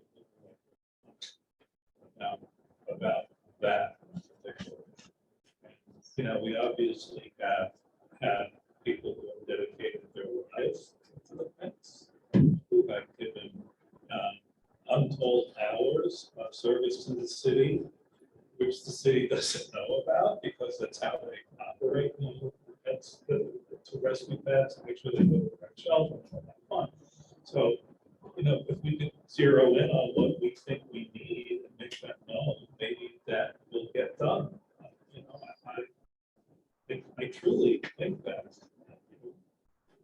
we all get the same emails and responses. It's really educational about, you know, the do's and don'ts of hiring somebody or what the city's responsible for.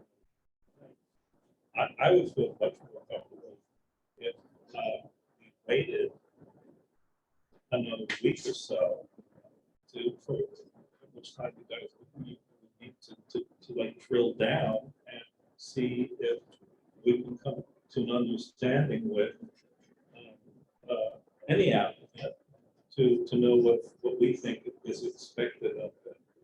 So I don't want to go outside the scope of the state requirements, because the state requirements kind of like are what the officer goes by, right, and the duties. And so, you know, I think we should explore that rather in the short term, and if everything works, then I wouldn't have a problem with, you know, with putting forward Miss Murphy. to put her on the agenda to appoint her. That's kind of my thinking on this. So that's. I thought, now you're asking about the interim. Yes. I know. So I think so,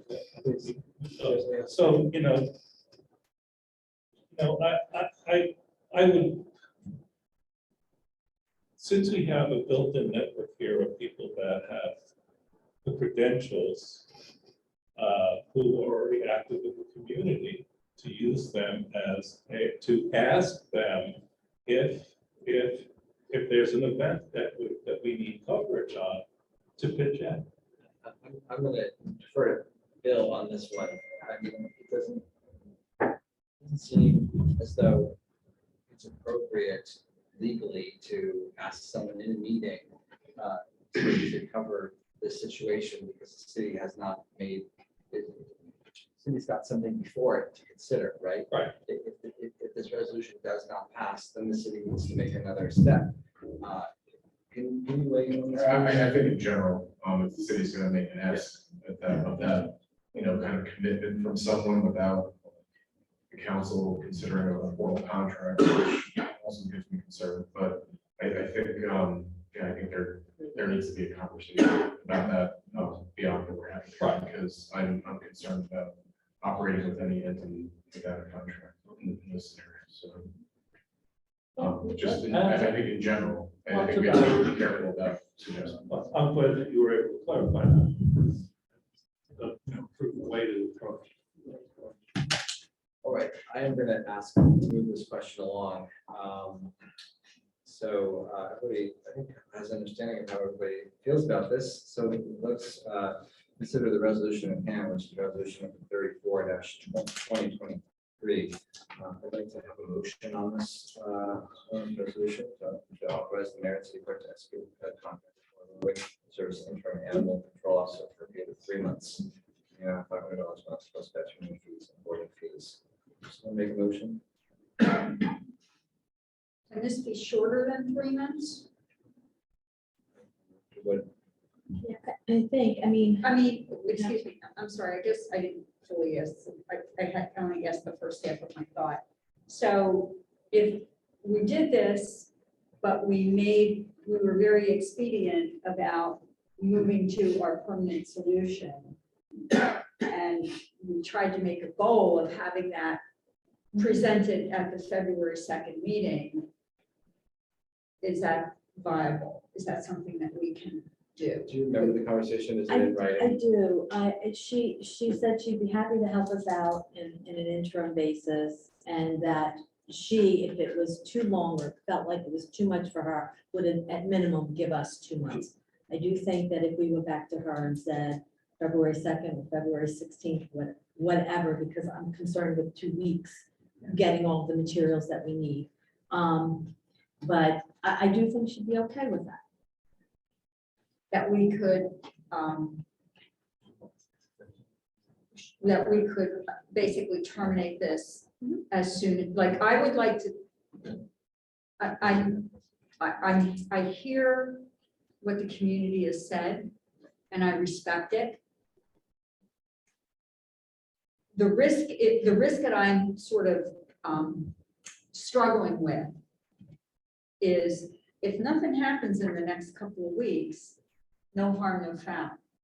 That's, that's a risk that we take by engaging this person that I know is, from people who have spoken, not your first choice, okay?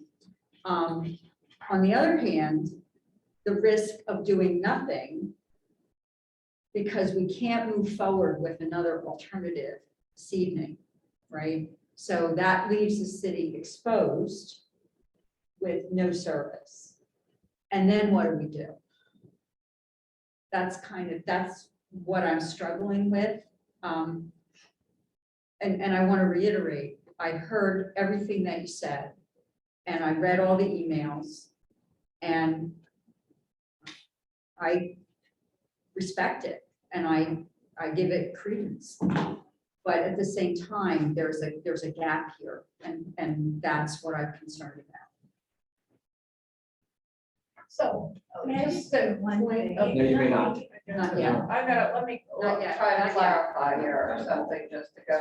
So you're saying, Oh, there's public participation at the end.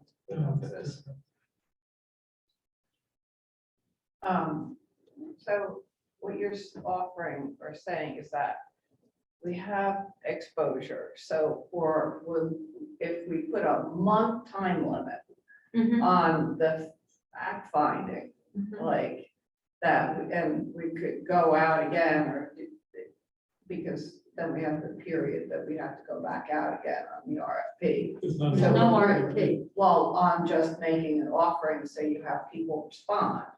So then it's another 30 days. That's, Just that's so what you we're know. talking, we're So talking it's- about so you're another talking 30 about days. 30 and 30, because then you have to, at the end, report back in to just a timeline, just to be accurate. Yeah. So, you know, or maybe shorten the due diligence period.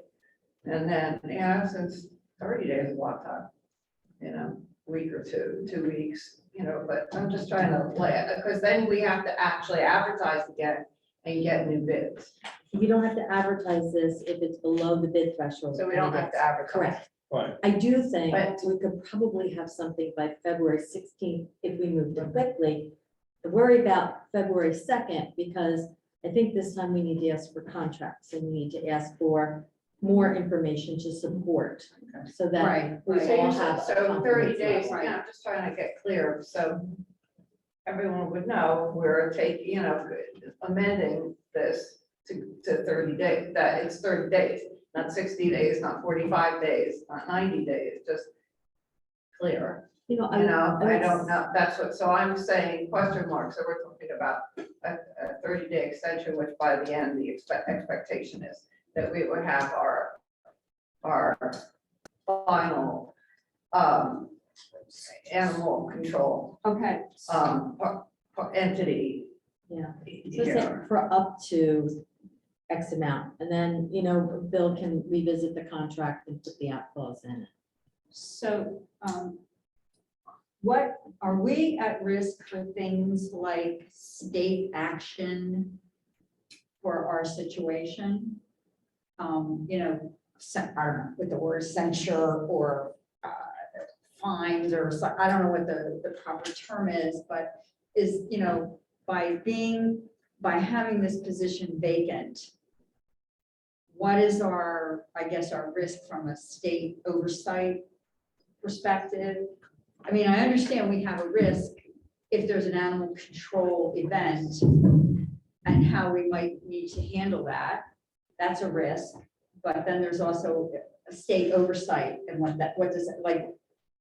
I gotta believe we're not the only municipality that's had a gap in the service ever, right? So. Yeah, and it's, if the state becomes aware of it, then it can become an issue. I'm not aware that the state is not aware that this contract hasn't been awarded Right, yet. it's like cheating on your taxes. If they find out, they make a I problem. wouldn't go that far. it's different. No, I'm just saying, There's a it's statute that fines you. Right, Right, if there's a they, statute that fines you. There is an IRS statute that comes after you, I- but there's not a state I statute find that that analogy very frightening. no, I am just trying to establish how big this risk is. Because, I read the emails, I know we all got we all had I didn't personally make any phone calls, but I know fellow council members did, and the mayor did. And I saw the Facebook posts and I understand the passion around this.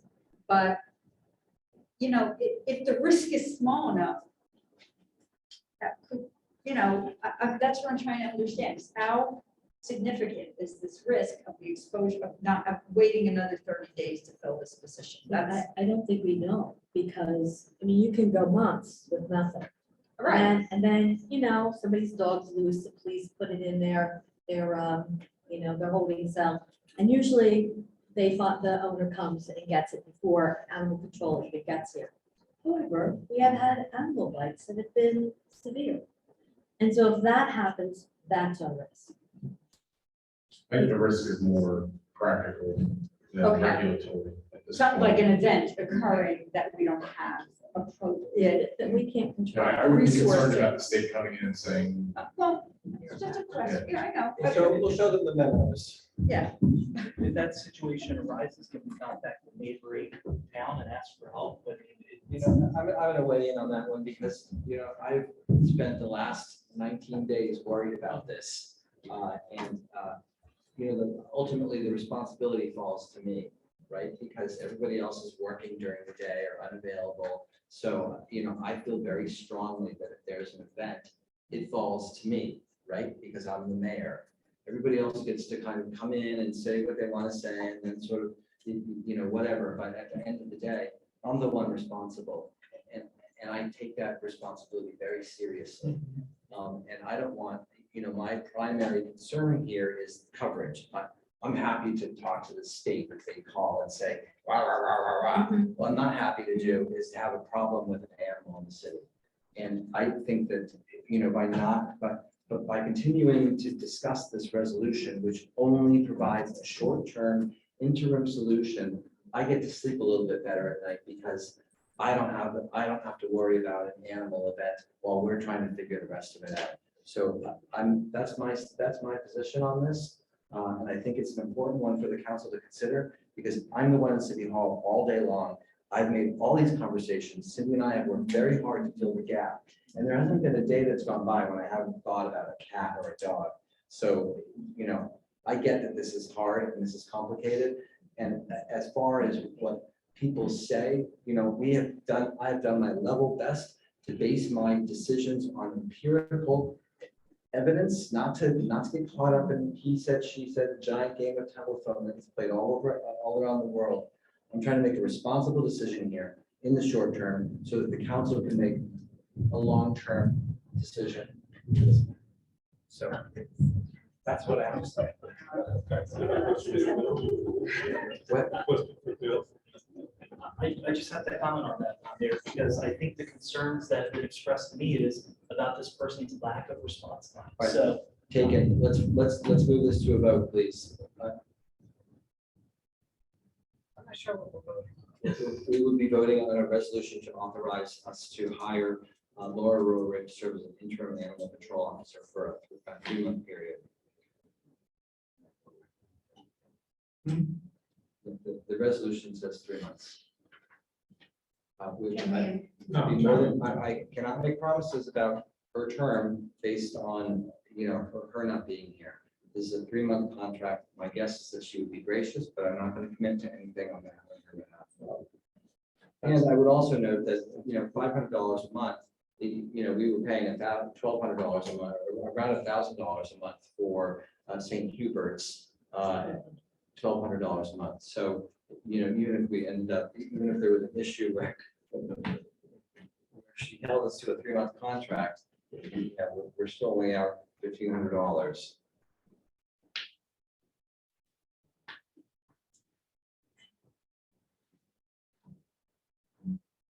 Is there a motion to authorize this resolution 34-2023?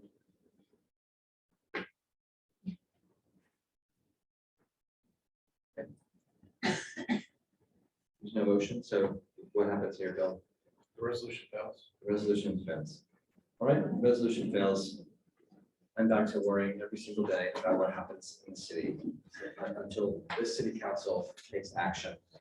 Are there members of the city council who wish to serve on the committee? happy to. 2-person committee? Is there a second person? What, I'm sorry? I'm asking if the council is interested in establishing a 2-person committee to look into this. I We have one volunteer. Do we have a second volunteer? I hope we do, because I don't have time for this. I've been involved. Thank you. Okay, we have a 2-person committee. I will coordinate with you and be available to discuss the parameters of your work. And hopefully we'll be able to make a recommendation to the council very soon. Ordinance is first reading. This ordinance number is 01-2023. The ordinance by the City Council of the City of Lambertville, amending the City of Lambertville Code and ordinances to repeal chapter 19, to adopt new chapter 19, to adopt flood hazard maps, to designate a floodplain administrator, and providing for the severability of an effective date. This draft ordinance needs to be, we just found this out this afternoon, this draft ordinance needs to be reviewed by a DEP and FEMA. They sent us an email at 3:45 or something like that. So this has to be reviewed by them before its introduction and adoption. So I need to table this until February 2nd. We expect to have the language clarified, and we will be able to introduce the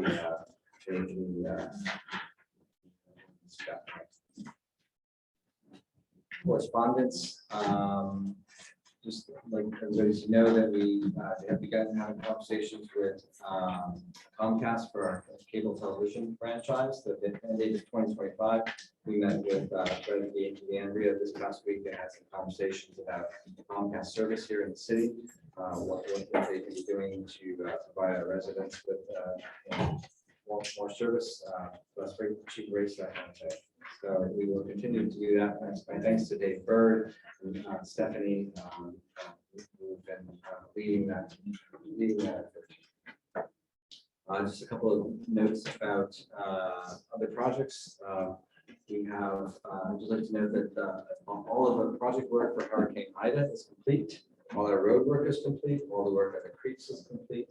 With the DOT, they're still working at the bridge at South Main Street. That work is expected to go on for at least another 2 to 3 weeks, at which point they will make some minor grading to the stream in the area and should be out. So very pleased that we were able to. If you could, excuse me, I find it very distracting if people are talking. Please, thank you. Just want to say that I'm very pleased that we were able to get all that work done in 2022.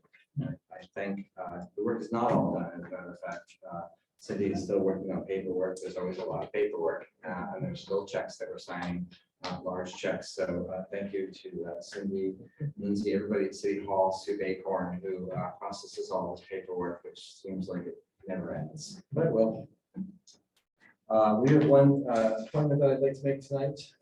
Michael Harriet to serve as an alternate on the Parks and Rec Commission. I sent out I think 5 days ago, Mike Harriet's bio and why he wanted to serve on the commission. He's a terrific guy. I think he lives on York Street with his wife Molly. They're expecting their first child. They've been in town for I forget just a year and a half. But he said, I wonder if he'd be a wonderful addition, I think, to the Parks and Rec. So a lot of enthusiasm. So, does anybody have any questions about that appointment? Hearing none, I would entertain a motion to appoint Michael Harriet to serve as the alternate on the Parks and Rec Commission. So Second. okay, all those in favor, please say aye. Aye. Thank you. That motion carries. Welcome, Michael. I need to step off here again for a minute. Talk about read this to Council President's statement, talk about Church Street. I have a conflict of interest in this conversation, so I need to step away.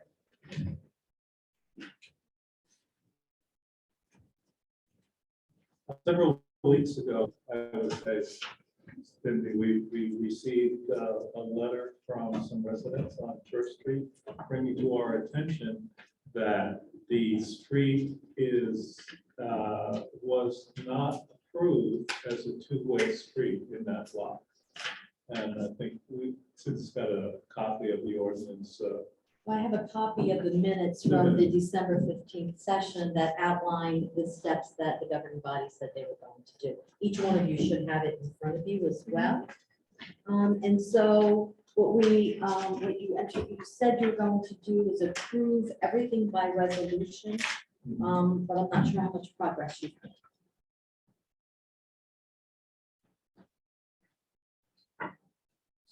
So Well, basically what it is, it's to acknowledge that I think we have two options, to enforce the current rules about being two-way or one-way.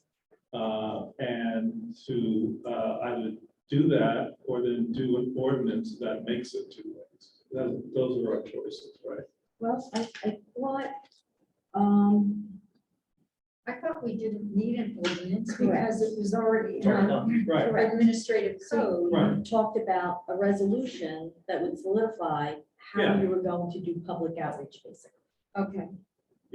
Well, I think that that conversations that we will have with the public, the reason it's a resolution was to bring the public in and make them aware that we are going to go forward and honor what we found out happened in 1988, and that the city did not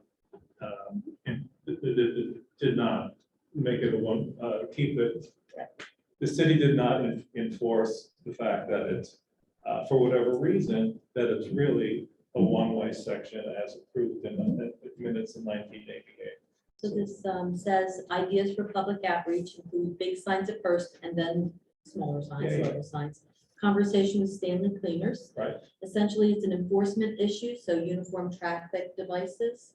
And notice to residents that this is going to be enforced. An Right. extra effort informing the public. Right. And then the governing body would put this into an action plan and approve it by resolution. So if that's okay, that's the way we want to proceed. My concern was that at the time that if I lived on that street, I woke up in the morning and all of a sudden there were signs going up and, you know, people taking, you know, and changing the direction would be rather, thank you. The concern I had was like GPSs, like Google, like we've got to update that, because otherwise people are just gonna follow GPS and think they can go down here, That's a good point. and that could be a big problem, so. Okay, we'll add that to this. Yeah. I think what would be important is to take all of this and put like a timeline to it. We're gonna notify residents on this date, we're gonna put signs on this date, then we'll take them down and we'll do this. This is. Yeah, we would have to come up with a workable Put that into a timeline to working inform the public, which I think will be relatively, it affects directly one block, but there may be some more traffic, you know, whenever you change traffic, if you do one thing, Right. another thing happens, and, you know, we kind of lived through that with South Main Street. So, but this is something that we're not changing. This is something we're enforcing because for some reason it wasn't done. You know, I think it adds a great deal of safety to that block for vehicular and pedestrian traffic. Because as many of us take that cut, and I do take the cut to go, you know, because it's, you can tell where a resident is and where someone from out of town is depending on, whatever. It's not a controlled access. So I think it makes that cluster safer for pedestrians and vehicular movement. Do you have like an end goal, like on When? this date we want to, so we can work backward? So I think what we should do is to Councilman Lyde's point about GPS updates, that's probably the longest, that's the longest timeline. We should drive this project around that. I think drive it like, find out what that, like, what's that, I can't believe it's too long, because when people are doing construction, you know, updates are made, but it's got maybe a couple weeks or something. But, you know, try to figure out which, you know, what are the tasks that are like the most difficult to do, and what are gonna take the longest amount of time to be complete. And then sort of plan around that, right? And then you work off of that. That's a great I idea. hate to say, we're gonna have it done in 90 days, and we find out that something takes 120 days, right? So Yeah. we should try to come up with the list of tasks and figure out how long it really takes. You know, the other, to me, the other thing that could take a long period of time is when you put up those big lit signs that say new traffic pattern ahead, right? Like people aren't reading that.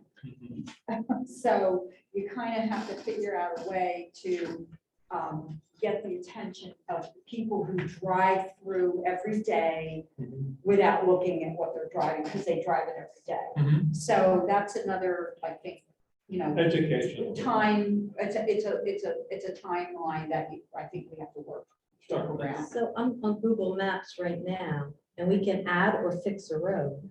Now, I don't know how long that would take, but, you know, we can investigate that tomorrow. Well, you could actually, We could, excuse me, we could update it through, we could send a message. yeah, and you know what?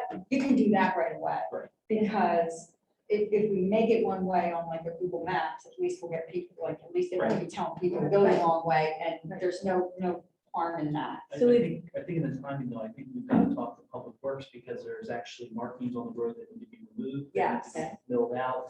I was talking to Lieutenant Brown about that too, and I think we need to communicate with him to figure out about the signs and, you know, what he thinks would make sense in terms of the larger ones and the smaller ones. Yeah. Lieutenant Brown, can we get that digital sign? But the digital sign is very big, and any of the digital signs that we have, the street's very narrow, there's signs that are gonna work, meaning the digital signs might, but I think the one-way signs is appropriate, and again, the through traffic that we see Monday through Friday, that usually the cut throughs, I think they'll get the message when you. I wonder if we could put, you know, where at the end is that little triangle there, I wonder if we could put a big electronic sign there, just saying notify like new traffic pattern Church Street. So it actually wouldn't be on Church Street, but it'd be right before that, because most of the people are coming, they're trying to avoid the light on, you know, bridge and they're going that way, so. But yeah, there is a little section of grass out to see that's DOT, and when we place that there, also the site visibility for 179, we're cutting that down. So we could put it, if you want to put it there, we could put it there, but I think the site visibility is going to be great. You bring it this way, I wouldn't want to cause more problems. Right. Well, and anyone that's going down there to cut through Union and Main Streets can still do that. It's the other way. It's going east is where we're going. So they can't come in off of Franklin. It's more the other. Right. Right. But I think maybe placing the signs up there and again, we'll have to see how it goes, but I don't think the complication is gonna be after we put those big signs up and we do some enforcement. I think the message will, get a message will get across. Sure, once one person gets a ticket, everyone. Even that, you see the vehicle, the police car being parked there, there's measures that we can take, but if you get signs up, we can proceed forward. And I think we may gain parking spaces, 1 or 2, along this. Yeah, no, the other thing too is really when you make that right-hand turn, everyone always hits that curve there, so I'm sure that. Yeah, so when you come down the alleyway, you won't be able to make a right, you can only make a left, and that is paramount, because when you go to the liquor store, Yeah, you cut through. and you cut And through, when you live on Cottage Hill, you're that's making it it, right. that's very. Yes. I That's did very- stop by Stanley Cleaners, so I was picking up dry cleaning, and I was kind of surprised that they hadn't heard about it, and I don't know if the person I was speaking with was the owner or not, but I do think that we need to make some efforts just to make sure they're aware of that, so I don't know if we want to send a letter, if you have something else, I'm happy to go again, but I just, I know we had a lot of residential people come out and talk about it, I think it's only fair to make sure that they're aware of this too. And again, it's not a change, it's just we're gonna start enforcing it again, but I think I would just would feel a lot more comfortable knowing that they're aware that this is what we're gonna do. I personally think it's gonna help their business, because in terms of cars backing out there, it's gonna be a lot more safe. But, I want to make sure we get the proper notice.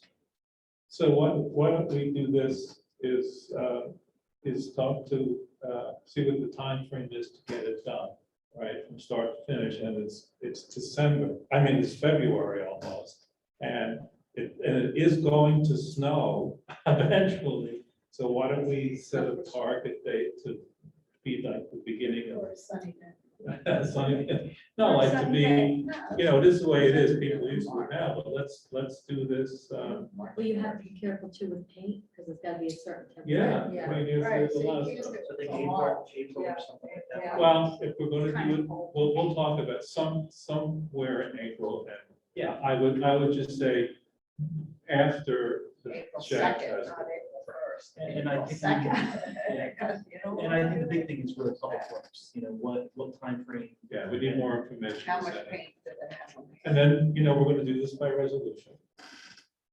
Eventually, and once we get all our timeframe together and once we know what the timeline is to do, you know, what we need to do for guidelines, and then we'll work backwards. We put something in there that matters to that, because just, you know, more people say it. And I think it Maybe needs, the Facebook page it too. needs to be there, Yeah. right, like more than like once. Well, it could be on the top Yeah, banner, every week from now on. Yeah. Facebook Let's do page, it every the week top from now banner on. of the city website, right? So it stays on the top, like, notice, this is what's happening when it's happening, because we're gonna have to close the street too. Mhm. It's not just doing it, But it's you can closing do the. some of these before gotta you be able to actually get the start stamp. enforcement, you know? Yeah, So The people milling and visually start getting it and Yeah. then. and I don't know how long the street's gotta be closed So, for to do. what We we're have doing. Google and Waze. What else? What other GPS Yeah, right. device? Obviously, What is it? I was. Rand McNally. So wait, and you gotta keep. You have to update checking every over app that. separately? I don't know where they all. come Don't from. know, Wow. but that's We don't even know what- probably a DOT question and we'll give them a call. Yeah, I gotta believe there's some Because all these central, different- Yeah. central, Right? It's like They- Zillow, everybody's house is listed for sale on Zillow, no matter who, but they grab everything from, you know, from the GSMLS. Yeah, but you know, sometimes Apple Maps is not as good as Google Maps. It's well, not that's as the good as, technology, that's not. right, as yeah. Waze. Well, we you know? well, we No, got- but well, they we have a don't always plan, all so- update at the same time. Yeah, I think a Well, lot of them and are then, actually yeah, on, they like, don't Google, share because stuff. Google and Waze. Yeah. So I think we update Google, I think that will translate. it. But you know what, probably DOT is the best source. The resources tell us where the updates need to happen. Okay. So we'll figure it out. So I guess we'll keep just every meeting, have this on the agenda. Yeah, well, yeah. Yeah. We'll keep the public absolutely in the loop and outreach. I would think that, at least for the work sessions, anyway, that would be like a discussion period, because that's what the room were for, and then we want to do an update at the regular meeting. Well, I think the work session, this coming work session, we're gonna do, work on the clauses, right, according to the mayor. In the work session, so, and we'll proceed. And keep everybody informed and come up with our internal timeline where we think it's gonna work based on everything. We'll work backwards from that. But I want to avoid, just so clear, that we should not have that street closed during Shad Festival. So whatever it is, we're gonna do it. If we can't do it before and have it done, which seems very unlikely that we can do that Somewhere quickly. week of April. Right, so All we depends should plan after the Shad Festival and the following month, and then weather will turn and it'll be warmer and we'll be able to use whatever we can use to mark the streets yeah, so I think that's a good way to approach it. Thank you.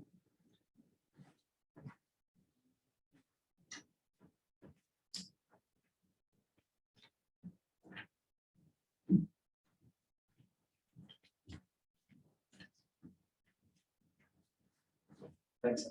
And just a note about that, I have been trying to, doing the Google Map things is not easy.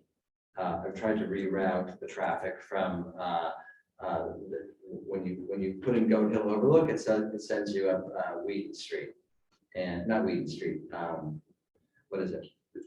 Oh, it is Wheaton, yeah, no, Wheaton Street.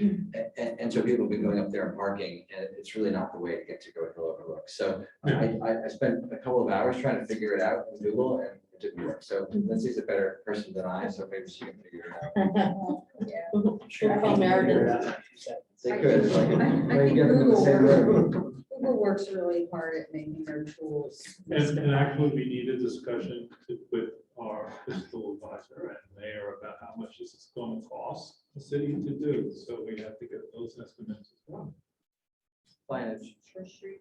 Yeah, well, I mean, and let me just.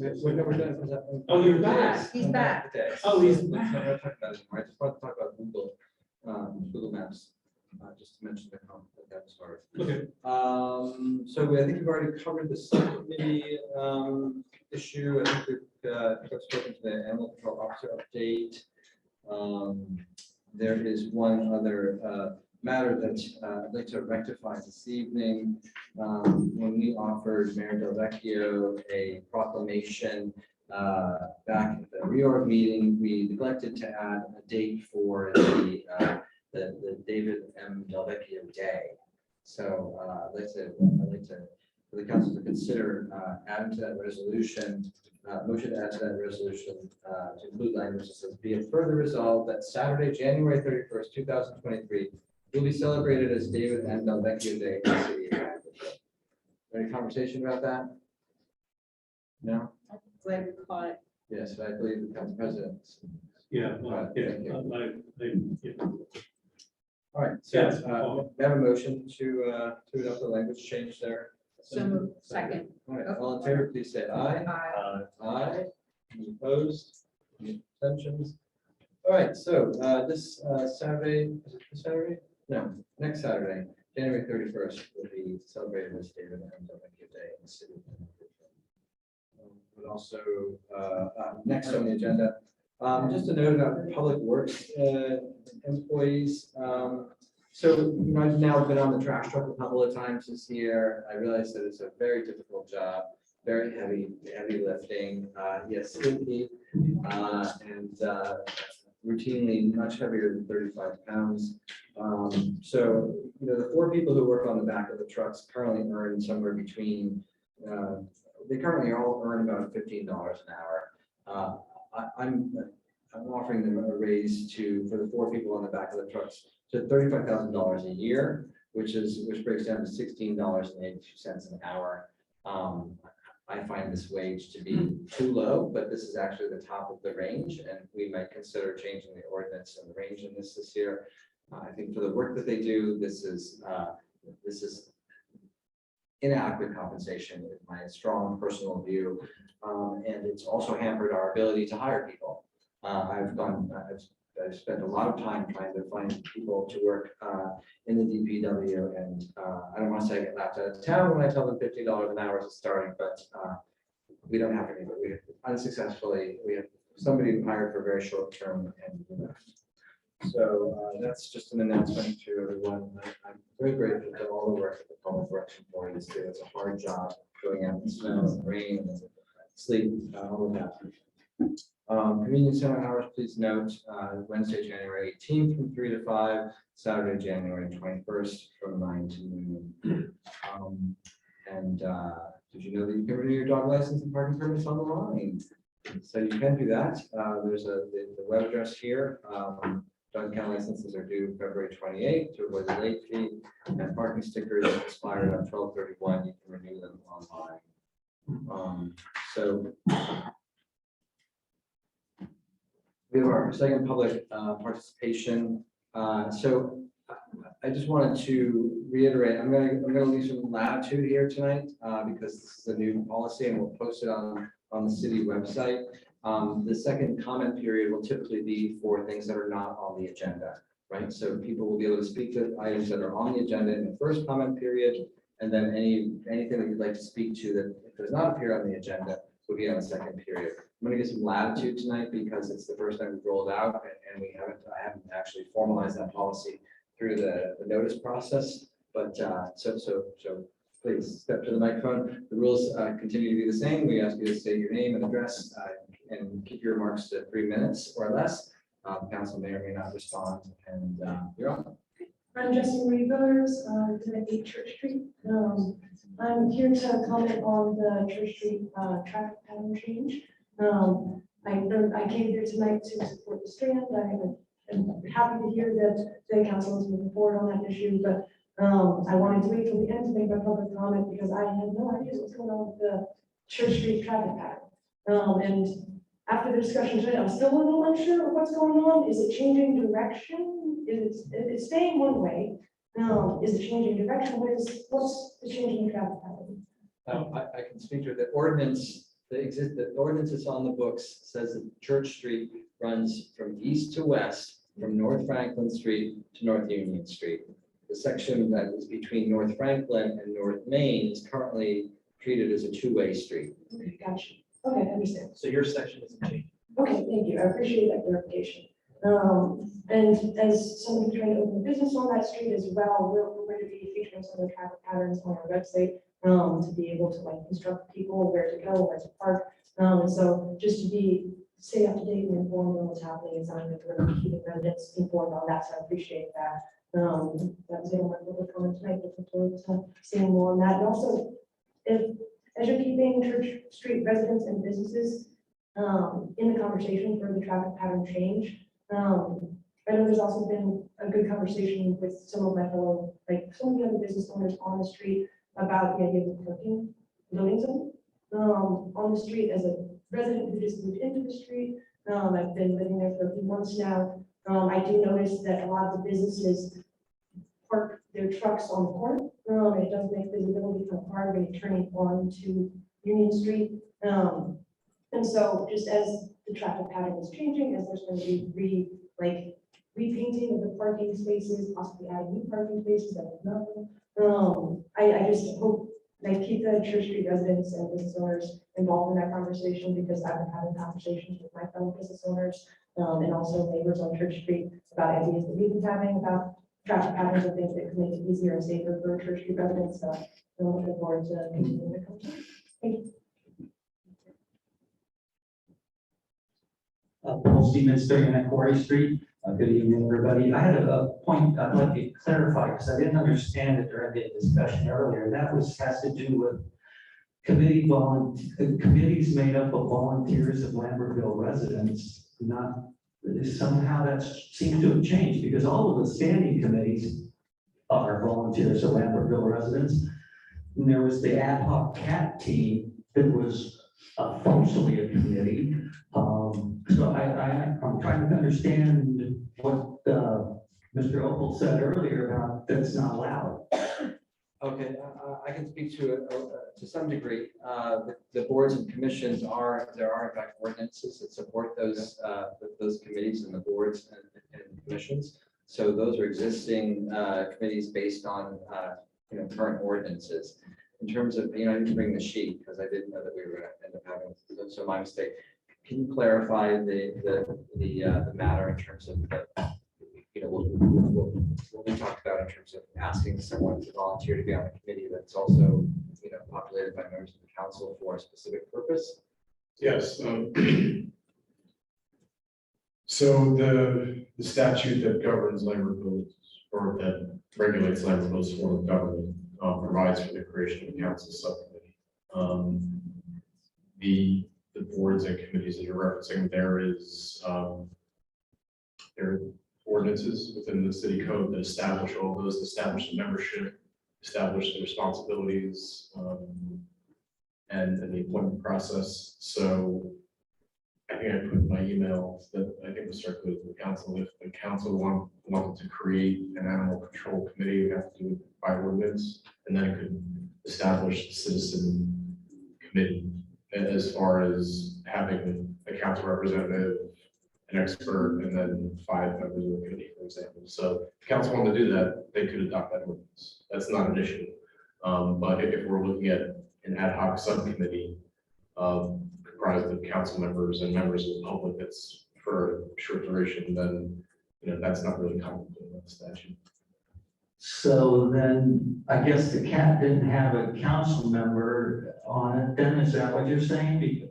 Okay, maybe what they were talking about earlier was a blended committee between council and volunteers, whereas if it would have gotten just volunteers, it would have been okay?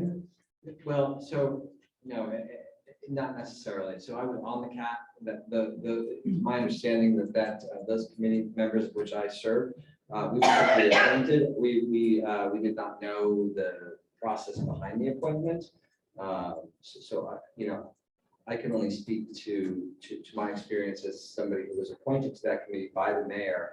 And I think that at the time, there was, I remember public concern and comment about the process by which that happened. I can only speak to my own, what I remember, which was, there was an opportunity to volunteer. I filled out a form, and then I was notified that I was appointed. Or that I was on the CAT. I'm not sure if appointed is the right word. So, I can't speak to that process other than what I've just told you. I don't know how Mayor Fall handled it. I don't know if Mr. Ogle has any recollection or if that's even germane to this conversation. Well, in a way, it is, I guess, the reason I asked John the question, why the questions came up is moving forward with the cost of the property and what's going to happen with it, so on and so forth. I could envision that there would be some sort of committees, and so I was just wondering how that's going to work. I would first talk to Mr. Ogle and see what is appropriate in terms of forming a committee. My goal, which I said during my campaign, was that, I disbanded the CAT. And that, at that time, I said if I were going to move forward with a body like this, that they would have to come through the council. The council would have to approve a process by which members would be appointed to that committee. I've said that publicly, and I believe it's the correct thing to do. So that's it. So, okay. Thank you, that's fine. Like I said, I just was trying to get clarity. Yeah. Did you want to? I the only thing I don't remember, the CAT was formed, I believe, the first or second month that I was representing the city, and I'd have to go back to my records to see what. There was not a Wasn't council it? representative on Yeah, that. it's 9:30. I don't really want to talk about this moment. I think it's old news. All right, Matt, is anybody online?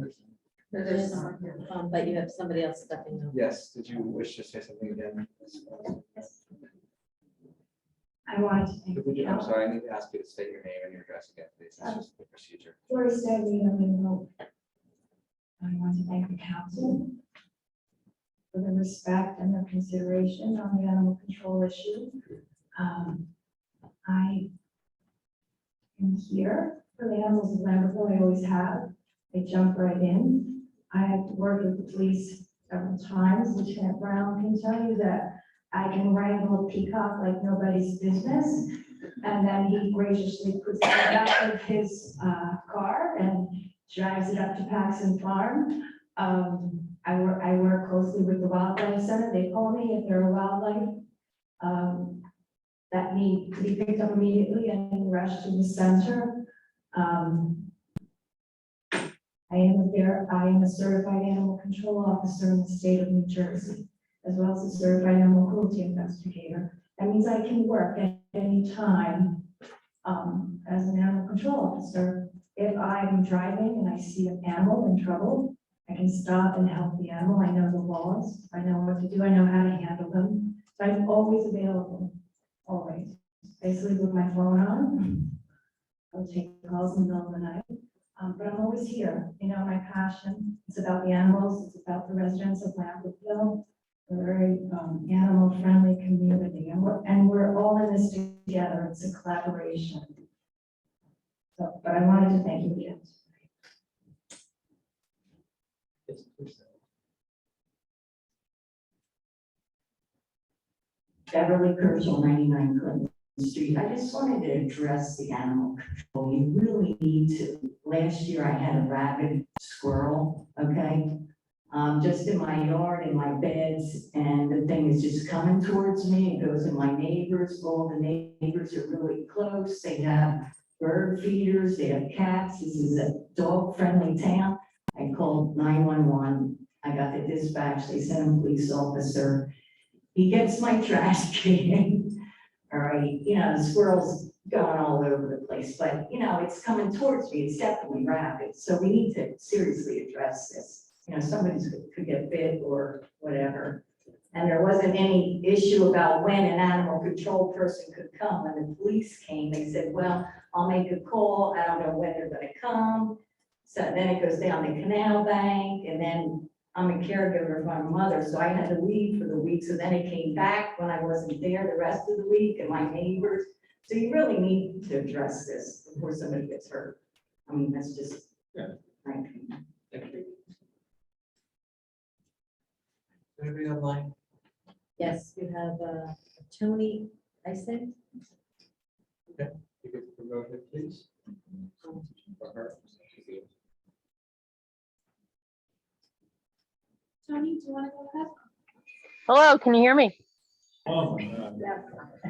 Yes, hi. My name's Tony Icing. I am also involved in rescue. I have worked with Lori and Carolyn, and I've worked with several other rescue groups. I want to first thank you to the mayor and the council for not voting for Lori Rourke. I have had personal situations with her, which I have sent an email addressing to one of your council members, which I think you should really seriously look at. Also, wanted to address the fact that I think you should take seriously the people that have been on the front line, such as Lori, who also has dedicated a lot of her time, volunteered, as he's mentioned, to the residents of Lambertville and to other Hunter County, situations, animals and residents. But I wanted to address the fact that I have worked with Carolyn Murphy on different situations. Anytime that I have called or anytime somebody has called me and I have referred them to Carolyn, Carolyn has always been out there. She's at times, it's been late at night. She's also very familiar with wildlife as well. There's been situations for people that I've spoken to that Carolyn's handled them very well. She's also very close to where you are. I think that the concern should be the animals should be the first priority. And I think Lambertville is known as a very friendly animal town. And I think that you should really consider Carolyn Murphy. Like I said, she's also had many people have contacted me and said that they've been very pleased with Carolyn on I just think that politics and personal agenda should be put aside. And I think you should think about the animals and the residents of Lambertville. And I think she would be a great asset, whether you decide to do it a permanent situation. When I say permanent as an employee or animal control. That's it. Tony, before you go, would you please state your address, which you overlooked? I'm sorry, what? May we please know your address? Oh, sure. I'm sorry. I'm in Flemington, New Jersey. Thank you.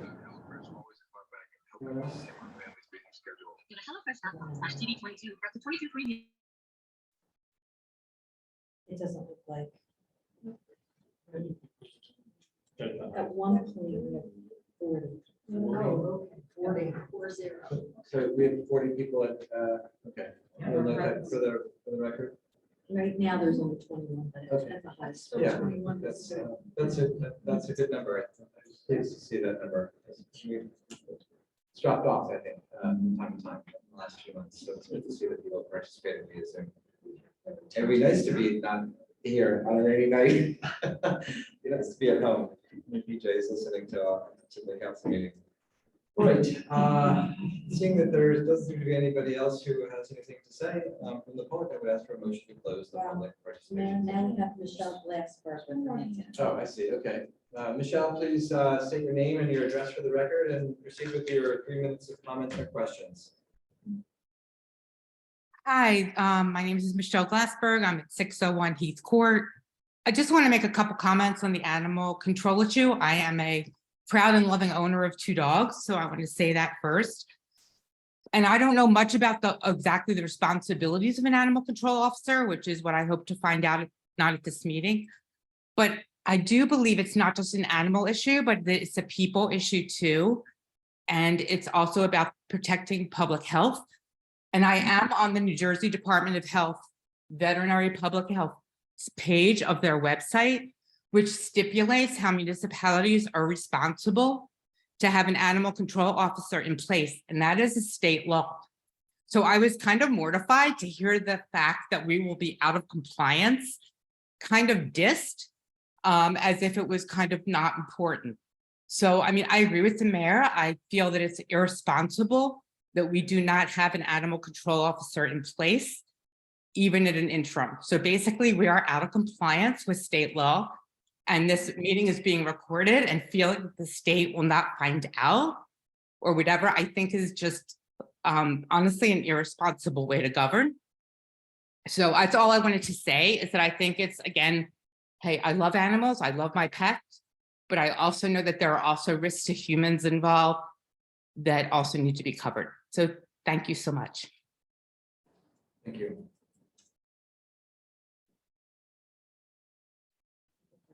All right, at this time, I would entertain a motion to close the public participation session. So moved. Thank you, all in favor, please say aye. Aye. Motion carries. At this time, I would also entertain a motion for adjournment. So moved. So second, please. Thank you, Council President. All those in favor, aye. Aye. Thank you. Meeting's adjourned. Thank you for coming this evening, everyone. Push the button.